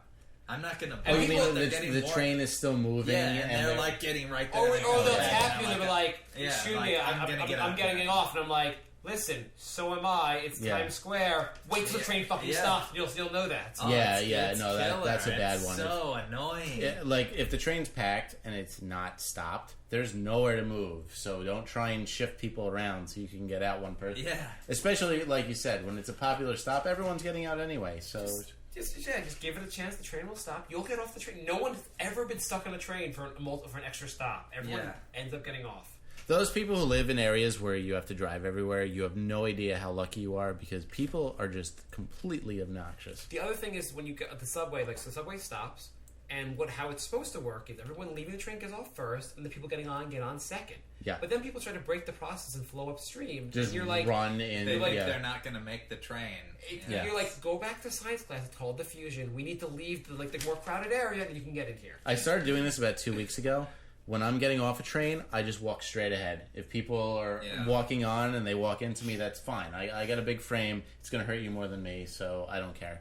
Yeah. That's definitely a big pet peeve of mine. I had a friend who just moved out to LA who grew up here in New York and went to school out here and lived out here his whole life and everything. And he was talking about LA. He's like, man, you wouldn't believe it. Like, I just get in the car, I just drive to Home Depot. It's like, I don't deal with 100 hipsters. I don't deal with 1,000 people, blah, blah, blah. I'm like, yeah, that's how the rest of America lives. Like, that's actually normal.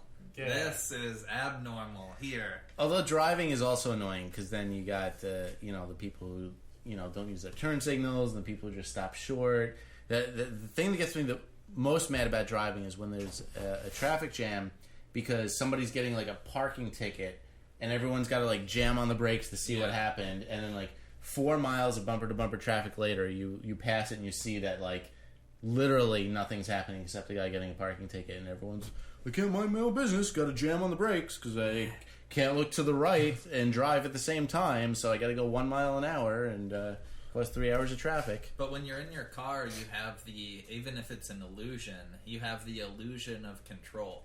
I have the gas pedal and I have my own space. My horn. I'm laying on my horn and fuck everybody. But on the subway, I can't say anything to anybody because I might get my ass kicked. Mm-hmm. And also, subway. I can't do subway rage. I can't get out of my face. Although I'm starting to. I'm making trouble. I also am too. When you're on the subway randomly will stop between stops, and you just sit, or they just won't leave the station for a while. And it's like in your car, you're in traffic, or you go. In the subway, you're like, no one's explaining anything, and I have to fucking sit here. You're in the dark. So my next thing on the list, I'm into politics. I like following politics, and one name that keeps appearing in politics for no good reason is Sarah Palin.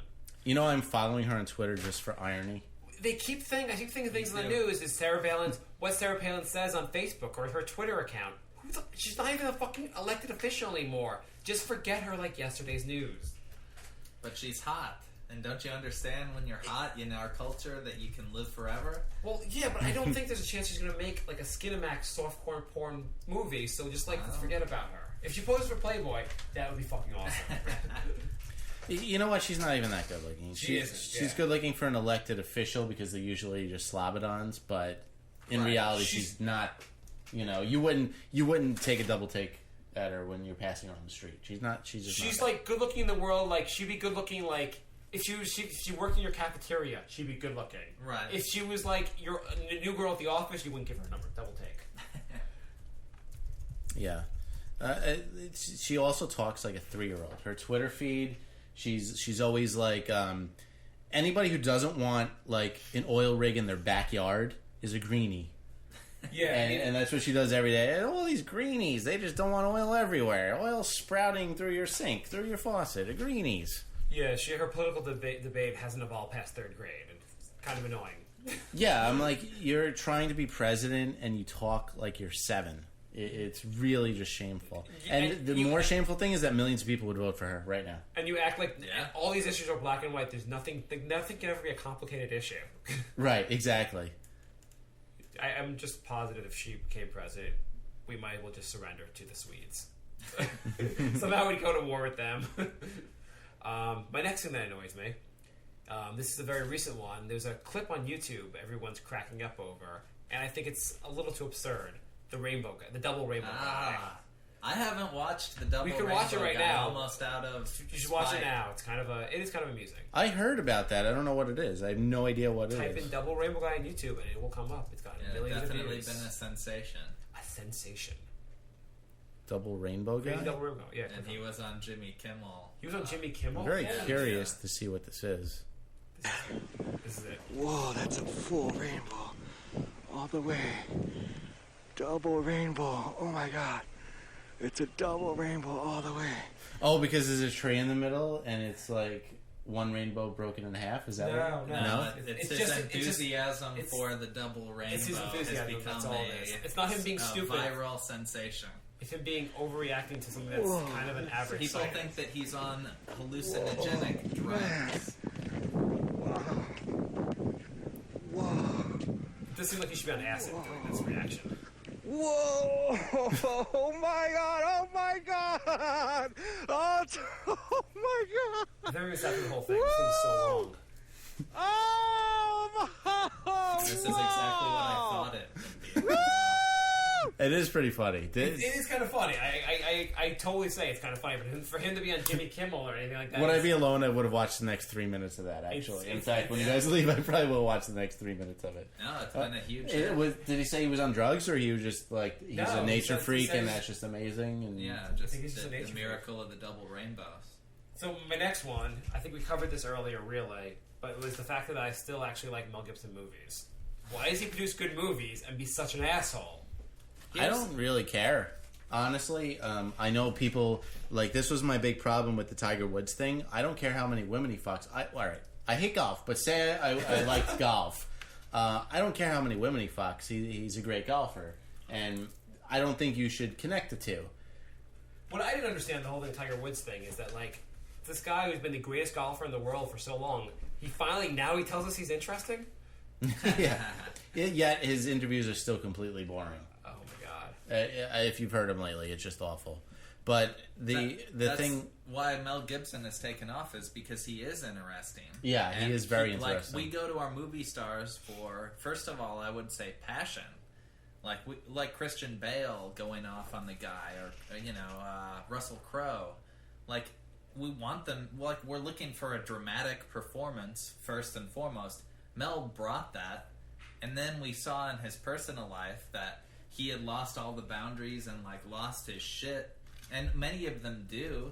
And now we're like, oh, we feel bad, but we're kind of also mad because He's a great reality show almost, where you're mad Yeah. for liking him because you're like, you're drawn to this charismatic. He's fucking pissed off, and like, think of how many people out there commit domestic violence. They actually hit their woman. Like, millions of guys out there basically are like Mel Gibson with the racism, the violence, the whole thing. Like, and yet they're looking at him like this is like, we can't believe a person has ever done this. Yeah, exactly. What the hell? Like, they don't all do it themselves. Yeah, like everybody is actually more like Mel Gibson than like this idealized version. As sad as that is, I think, and that's why we're like, oh, can you believe he's being like this?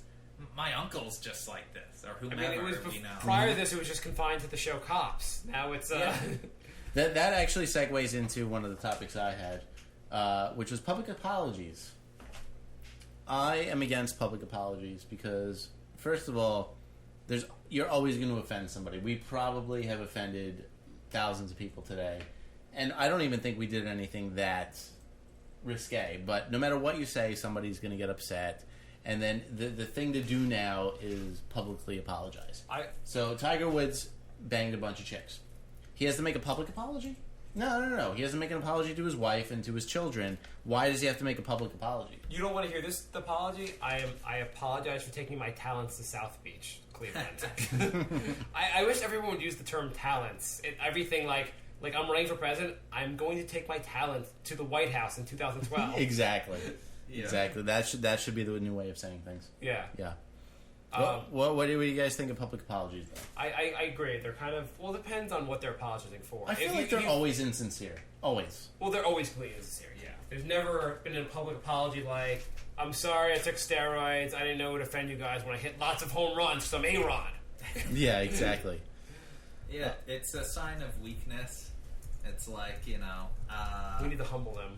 Yeah, and it is so fake. Like, that's the thing, is just everything is so shockingly fake. I think that's why LeBron's thing was so big, was everyone was like, oh, this is just fake. And, like, every public apology is, because it was deemed better for your career, and, like, who really actually feels bad? Do you think to rehabilitate his career or his image, LeBron will have to go to rehab? Because I feel like it's always public apologize, go to rehab. I'm addicted to narcissism. Everyone goes to rehab. I'm taking my talents to rehab. Tiger Woods are like, he's going to rehab. For what? Yeah, there's no sex addiction. That's bullshit. Did you see the South Park on that? Likes to fuck. Not yet, no. That was actually really funny. South Park is the best episode on that. Everyone likes to fuck. That's just the way it is. Dwayne Wade recently had to do a public apology. For what? Because he said people are making a big deal about all three of us playing in Miami. Yeah. It's not like the Twin Towers fell down. And he should have publicly apologized for just being stupid. Like, he should apologize for using the worst analogy ever. Yeah. Well, it's just like, I'm trying to be funny and I'm not. I'm sorry about that. But do people really get that upset if that topic comes up? Like, you just can't hear Twin Towers 9/11. No, I think it's more just like kind of put like because it's not like him making a joke. It's him like saying analogous to the Twin Towers going down would be LeBron James leaving Cleveland. Yeah. So I think it's kind of like it's hard to compare these two events. Well, that's why he said it's not like that. I know. But so I think it was a valid point. I can see people saying like I don't think people getting that mad, but people saying, "Hey, Dwayne, you should have someone else write your material when you speak." It's like him going, we are so dope, when we blow up it's going to be like Hiroshima. Yeah. It's like, it's an inappropriate sort of, to bring it into the basketball. We're gonna starve that team of points like the Jews in Auschwitz. I didn't think it was that bad, though. I mean, he said it's not going to be like something that's horrible. Okay. That was basically true. I mean, yeah. That's what he said. And this is not going to be like burning people and calling them witches. This is not going to be like that. I want to let you guys know. Right. I don't see the problem with that. This isn't going to be like the Holocaust. Fine. Yeah, you're right. You're right. It's not. It's just LeBron changing cities. It's not going to be like the Holocaust. This is not going to be like that time that girl went running in the park and some guy brutally raped her. This is not going to be like that. I think it would be funny if somebody got really graphic like that. I think it would be really funny. This is not going to be like him ripping off her underwear, him sticking his hard cock in there, and him coming in her. It's not going to be like that. Cutting her face with razors slowly. No, but it's not going to be like him laughing over her tears. It's nothing like that. And licking them up. He's not going to wear her face like a mask. But he had to give an apology for that. I don't get it. Well, right. It only becomes lame when he gives the apology, because if he stood back and said, I'm not apologizing for that. I wanted to equate a loss for the Heat with you guys overblowing it, like, because it's not on us. Yeah, it's on you guys for blowing it up. Like, you know what? I would respect him so much if he did that. I would like if he overdid the apology, like, oh my God, I'm so sorry, guy. I didn't even think about people died there. I don't know what I was thinking about, and just cry for an hour. Yeah, it's only been 9 years, way too soon. Sorry to offend somebody who knew nobody who died there. Well, I'm just pissed they're talking about putting a basketball court near Ground Zero. I just think that's really inappropriate. I know. They shouldn't be playing basketball. I mean, especially if it has a Cleveland logo on it. Yeah, exactly. They were talking about that. Next thing you know, then big number 23. Yeah. I heard that if they heard they're not to put basketball in Saudi Arabia also to make up for it. I'm taking my talents to ground zero. I just wish everyone would say taking my talents anywhere. Like when you quit your job, boss, I'm taking my talents to FedEx. I'm going to be a driver there. Next time I have to throw up, I'm taking my talents to the toilet bowl. I'm taking my talents. You're like, LeBron, who the fuck taught you to speak? You know what that was? I think that was the one line somebody wrote for him, and he didn't know exactly where to place it, and it just sounded... That was like anything else he could have said. He could have just said, like... If he just said, like, I'm sorry, I'm going to leave Cleveland. I really enjoyed it there, but I'm going to join the Miami Heat. People would be like, okay, whatever. That line was the icing on the cake of, like, disaster. That it went, like, the Hindenburg that was his career at that point going down. Here's what threw him off, is he talked to the guy Jim Gray right beforehand, and they had this whole thing set up. And then right before, like, totally out of nowhere, Jim Gray said something to the effect of, like, do you still chew your nails? And, like, that threw LeBron so like, he was like, wait, that's not part of the image. That's not in the script. Yeah, and he was How like, did you know I chewed my nails in the first place? And then he was like, well, you've had us all chewing ours. What's your decision? And, like, LeBron wasn't in the right headspace at that moment, so it was like, South Beach, South Beach, South Beach. My talents, my talents, my talents. I'm taking my talents to South Beach. I'm taking my talents to South Beach. Like, he couldn't help that. You know, I gotta say this, after, like, watching LeBron speak, Shaq is a pretty good actor.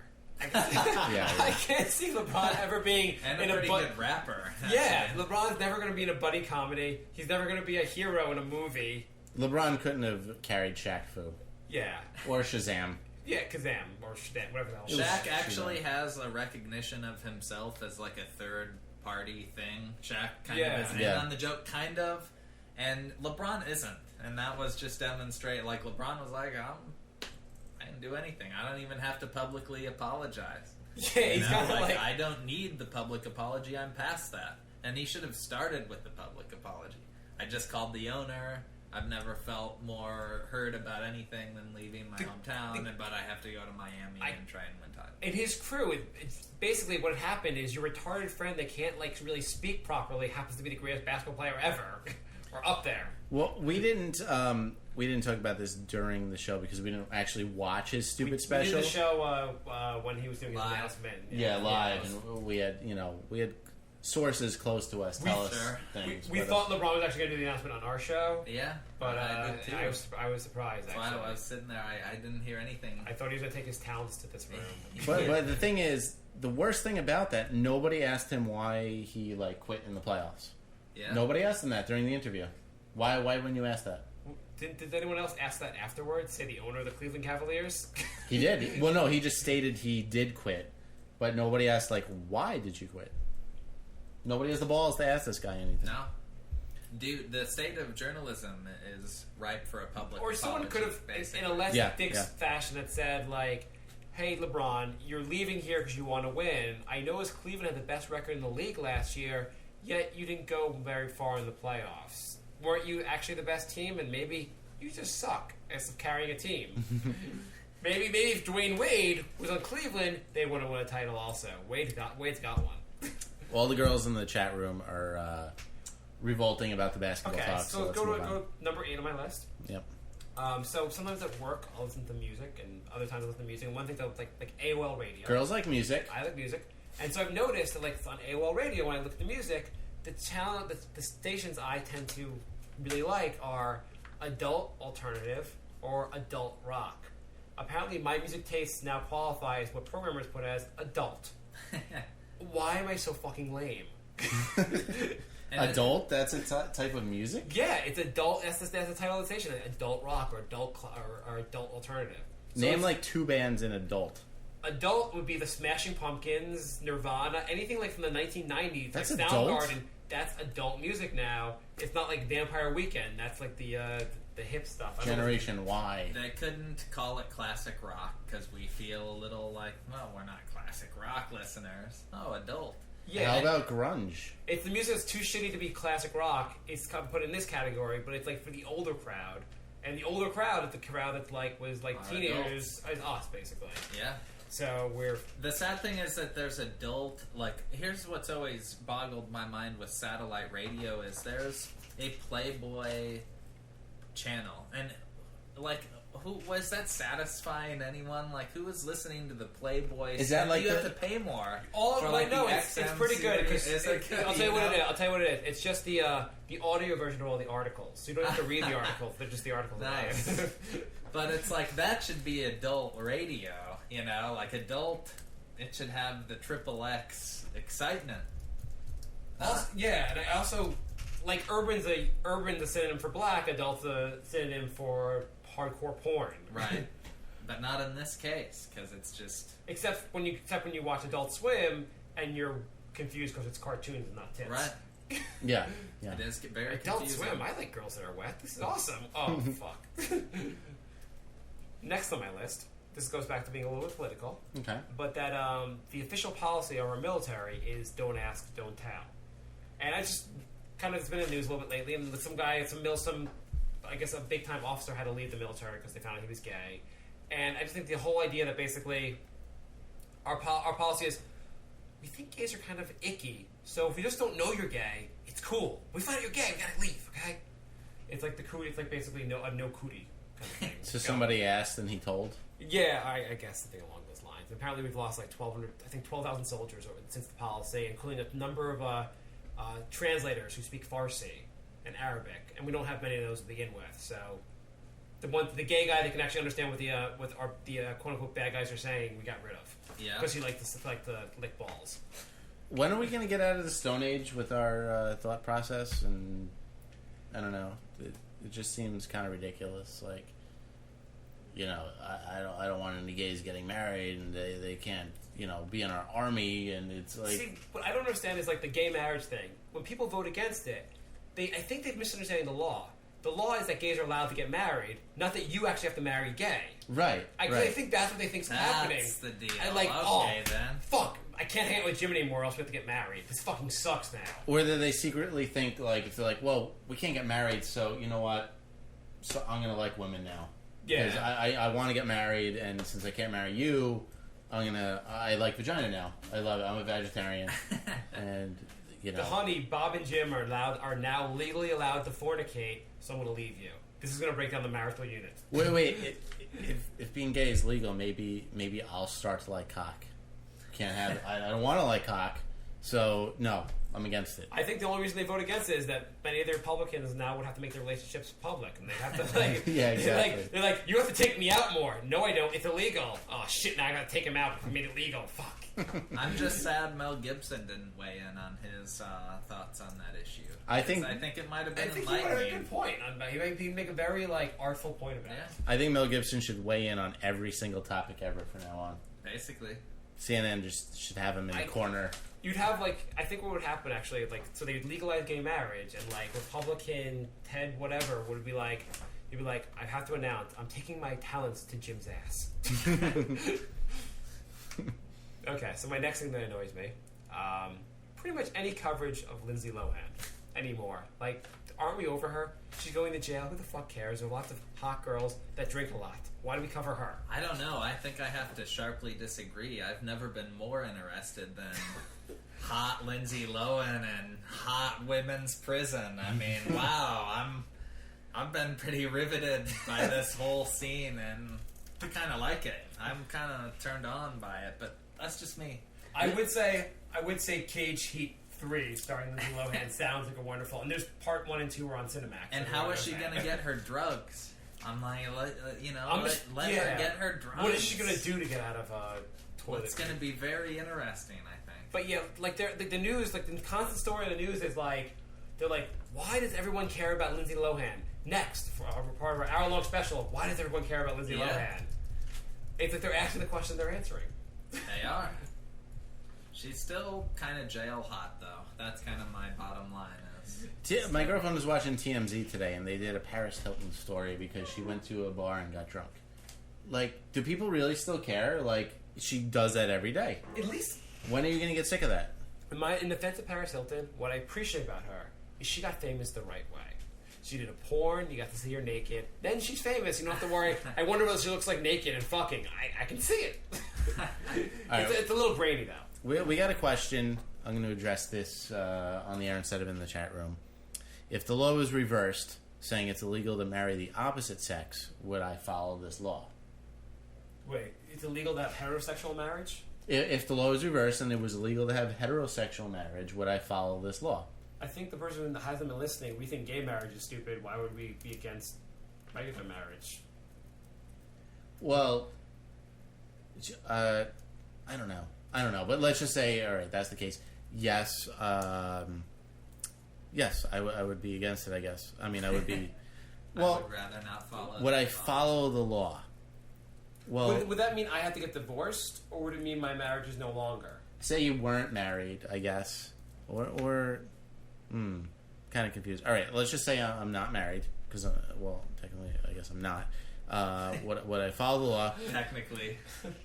Well, when you're living with somebody, you're kind of, let's just face it. I guess I would follow it, one, because I don't want to go to jail, but two, I think marriage is basically for parents and religion. Anyway, I really don't give a shit. Like, if you're living with somebody, obviously you care about them. Wait, so they're who cares? saying if they're outlaw, I don't care about marriage. I really don't. Wait, if they're going to outlaw the idea of having a giant party that costs a ton of money and inviting all your friends to, yeah, I'd be fine with outlawing that. I'm totally cool with that. Yeah, do I want to... plus, I would be against it strictly for the fact that you do get a tax break when you get married, and I like having more money. Yeah. So nice. that would grind my gears a little bit. Okay, or are you saying if gay people were allowed to get married and I wasn't? Or were you saying that... Then I'd go back to the tax break question and say, why did they get a tax break? I think they're saying you're only allowed to marry the opposite sex if the opposite sex person is gay. So we only have completely pointless, stupid marriages. So I can only marry a woman as a lesbian. Isn't that any marriage? Like, once you marry them, they just don't have sex with you anymore, so it's kind of like a gay marriage. If the stand-up comedy is to be believed, then yeah, it's absolutely how it is. Okay, my next thing that annoys me. All those basically infomercials and commercials where they have work at home and make hundreds of dollars a day, $1,000 a day working from home. Or These are the people I call. or those people, I started doing Jim Vermeil's real estate program. In the first month, I made $8 trillion. Yeah. And the reason what annoys me about it is not just how dumb the ad must think I am for airing the ad in the first place. Mm-hmm. It's the fact that the ads obviously keep airing because people are like, honey, quit your job at the bakery. We're going to work from home. Yeah, people exactly. fall for it every other week. Like, all these things, they catch some fucking moron who really believes I'm going to make thousands of dollars placing tiny ads on the internet or They don't whatever. even believe it, though. They're just fucked up enough to where they're like, I know this is bullshit, but I think I can maybe pull it off. Yeah, exactly. They aren't even like, I'm going to make $1 million off of this. They're like, man, I'm fucked. I've got to try. This is giving me some hope. They're like, I know it's a scam, but the guy in the commercial made $12 million. I assume it's probably a scam. I could probably make $80,000 off it. Mm-hmm. I mean, I'm not going to make the $12 million, but I'll probably make a cool 80. Yeah. If they're even remotely legitimate, all they are is a pyramid scheme, which is still then you just have to lose all your friends and family by harassing the shit out of them constantly. Which is also a permanent scheme is actually illegal also. Right, that too. Yeah, so, and the last thing that annoys me, because the show's going almost done anyhow. Yeah, we had going political again, the whole concept of the Tea Party, it's an organization without any real point. I don't really understand what the Tea Party is. It's people angry about being angry, and I'll see I saw this thing where these people were angry about I think it was the healthcare thing. They're trying to pass healthcare. Mm-hmm. They're I don't want government healthcare. And they're are you on Medicare? Yeah, I don't want the government touching my Medicare. And you're it's just a bunch of screaming morons. Yeah, it's well that's kind of the definition of government healthcare. Stupid. Yeah. And if you said that, they'd be, I just don't understand. If they have a point, we want government to do this, that's fine. Just make a point. But all I ever see them is a bunch of random points that make no sense together or separately. But aren't our current political parties on both sides, Republican and Democrat, aside from the Tea Party, a collection of angry people venting? Yeah, so why do we need a whole new organization called the Tea Party? I also don't understand why they call it the Tea Party, because I don't think they understand what the original Tea Party was actually for. The one in Boston. The entire point of the original Tea Party was people getting pissed off about taxation, about representation, Yeah. and now we have all these people who legally can vote getting pissed off. It was a group of felons, I'd understand them getting pissed off, or a group of That's my point. A bunch of invalids, like a bunch of retards, and a bunch of felons all got together and got really pissed at the government. I don't understand that. The fact that they're calling it the Tea Party in itself shows how stupid they are, because it has nothing to do with what the original Tea Party was about. They couldn't think of one other word in the entire language to call it. Yeah, and No. Okay, well. No. And So, fuck you for even asking. I think is kind of their point of view. Yeah, I guess apparently T is the word. Yeah. And the word is bond.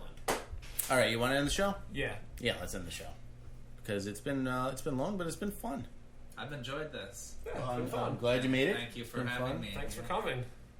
And I guess we'll be back next week with I don't know, more shit, because I didn't get to my whole list, so that's good. Next week's show is already written. How about that? How about that? Yeah. Well, thanks for joining us in the chat room. I had some new faces today, which was also cool. Hell yeah, chat room. Yeah, bringing it. Get the 5 people at your shows to watch it. Let me plug my website, Please do. TonyBock.com, TonyBock.com. Check out my stand-up clips on there. Mm-hmm. Where are you next performing? I'll be at, I'll post it online. I've got a couple of gigs at Comics next month in August, so Cool. come on out. It was great being here. I will also be linking Tony's stuff on the forums, brinkofsanityshow.com. Go to the forums.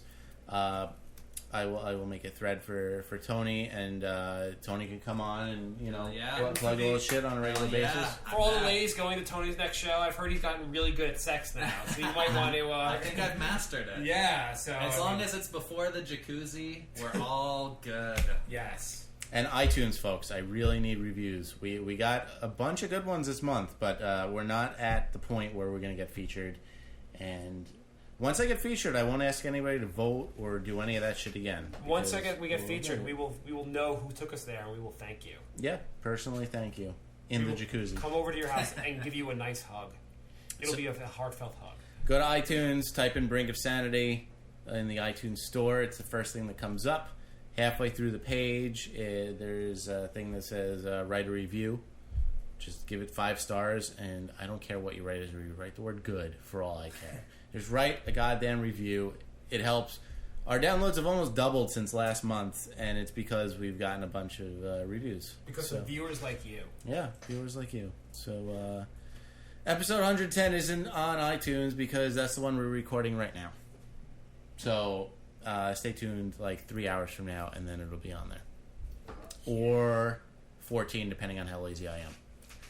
And how quickly Tony, I would you pass like it. to hear the goodbye song? I would love to hear You're that. going to love the goodbye song. That's it. It's just as good as the hello song. So, thanks again, guys, and we'll be back next week. Goodbye!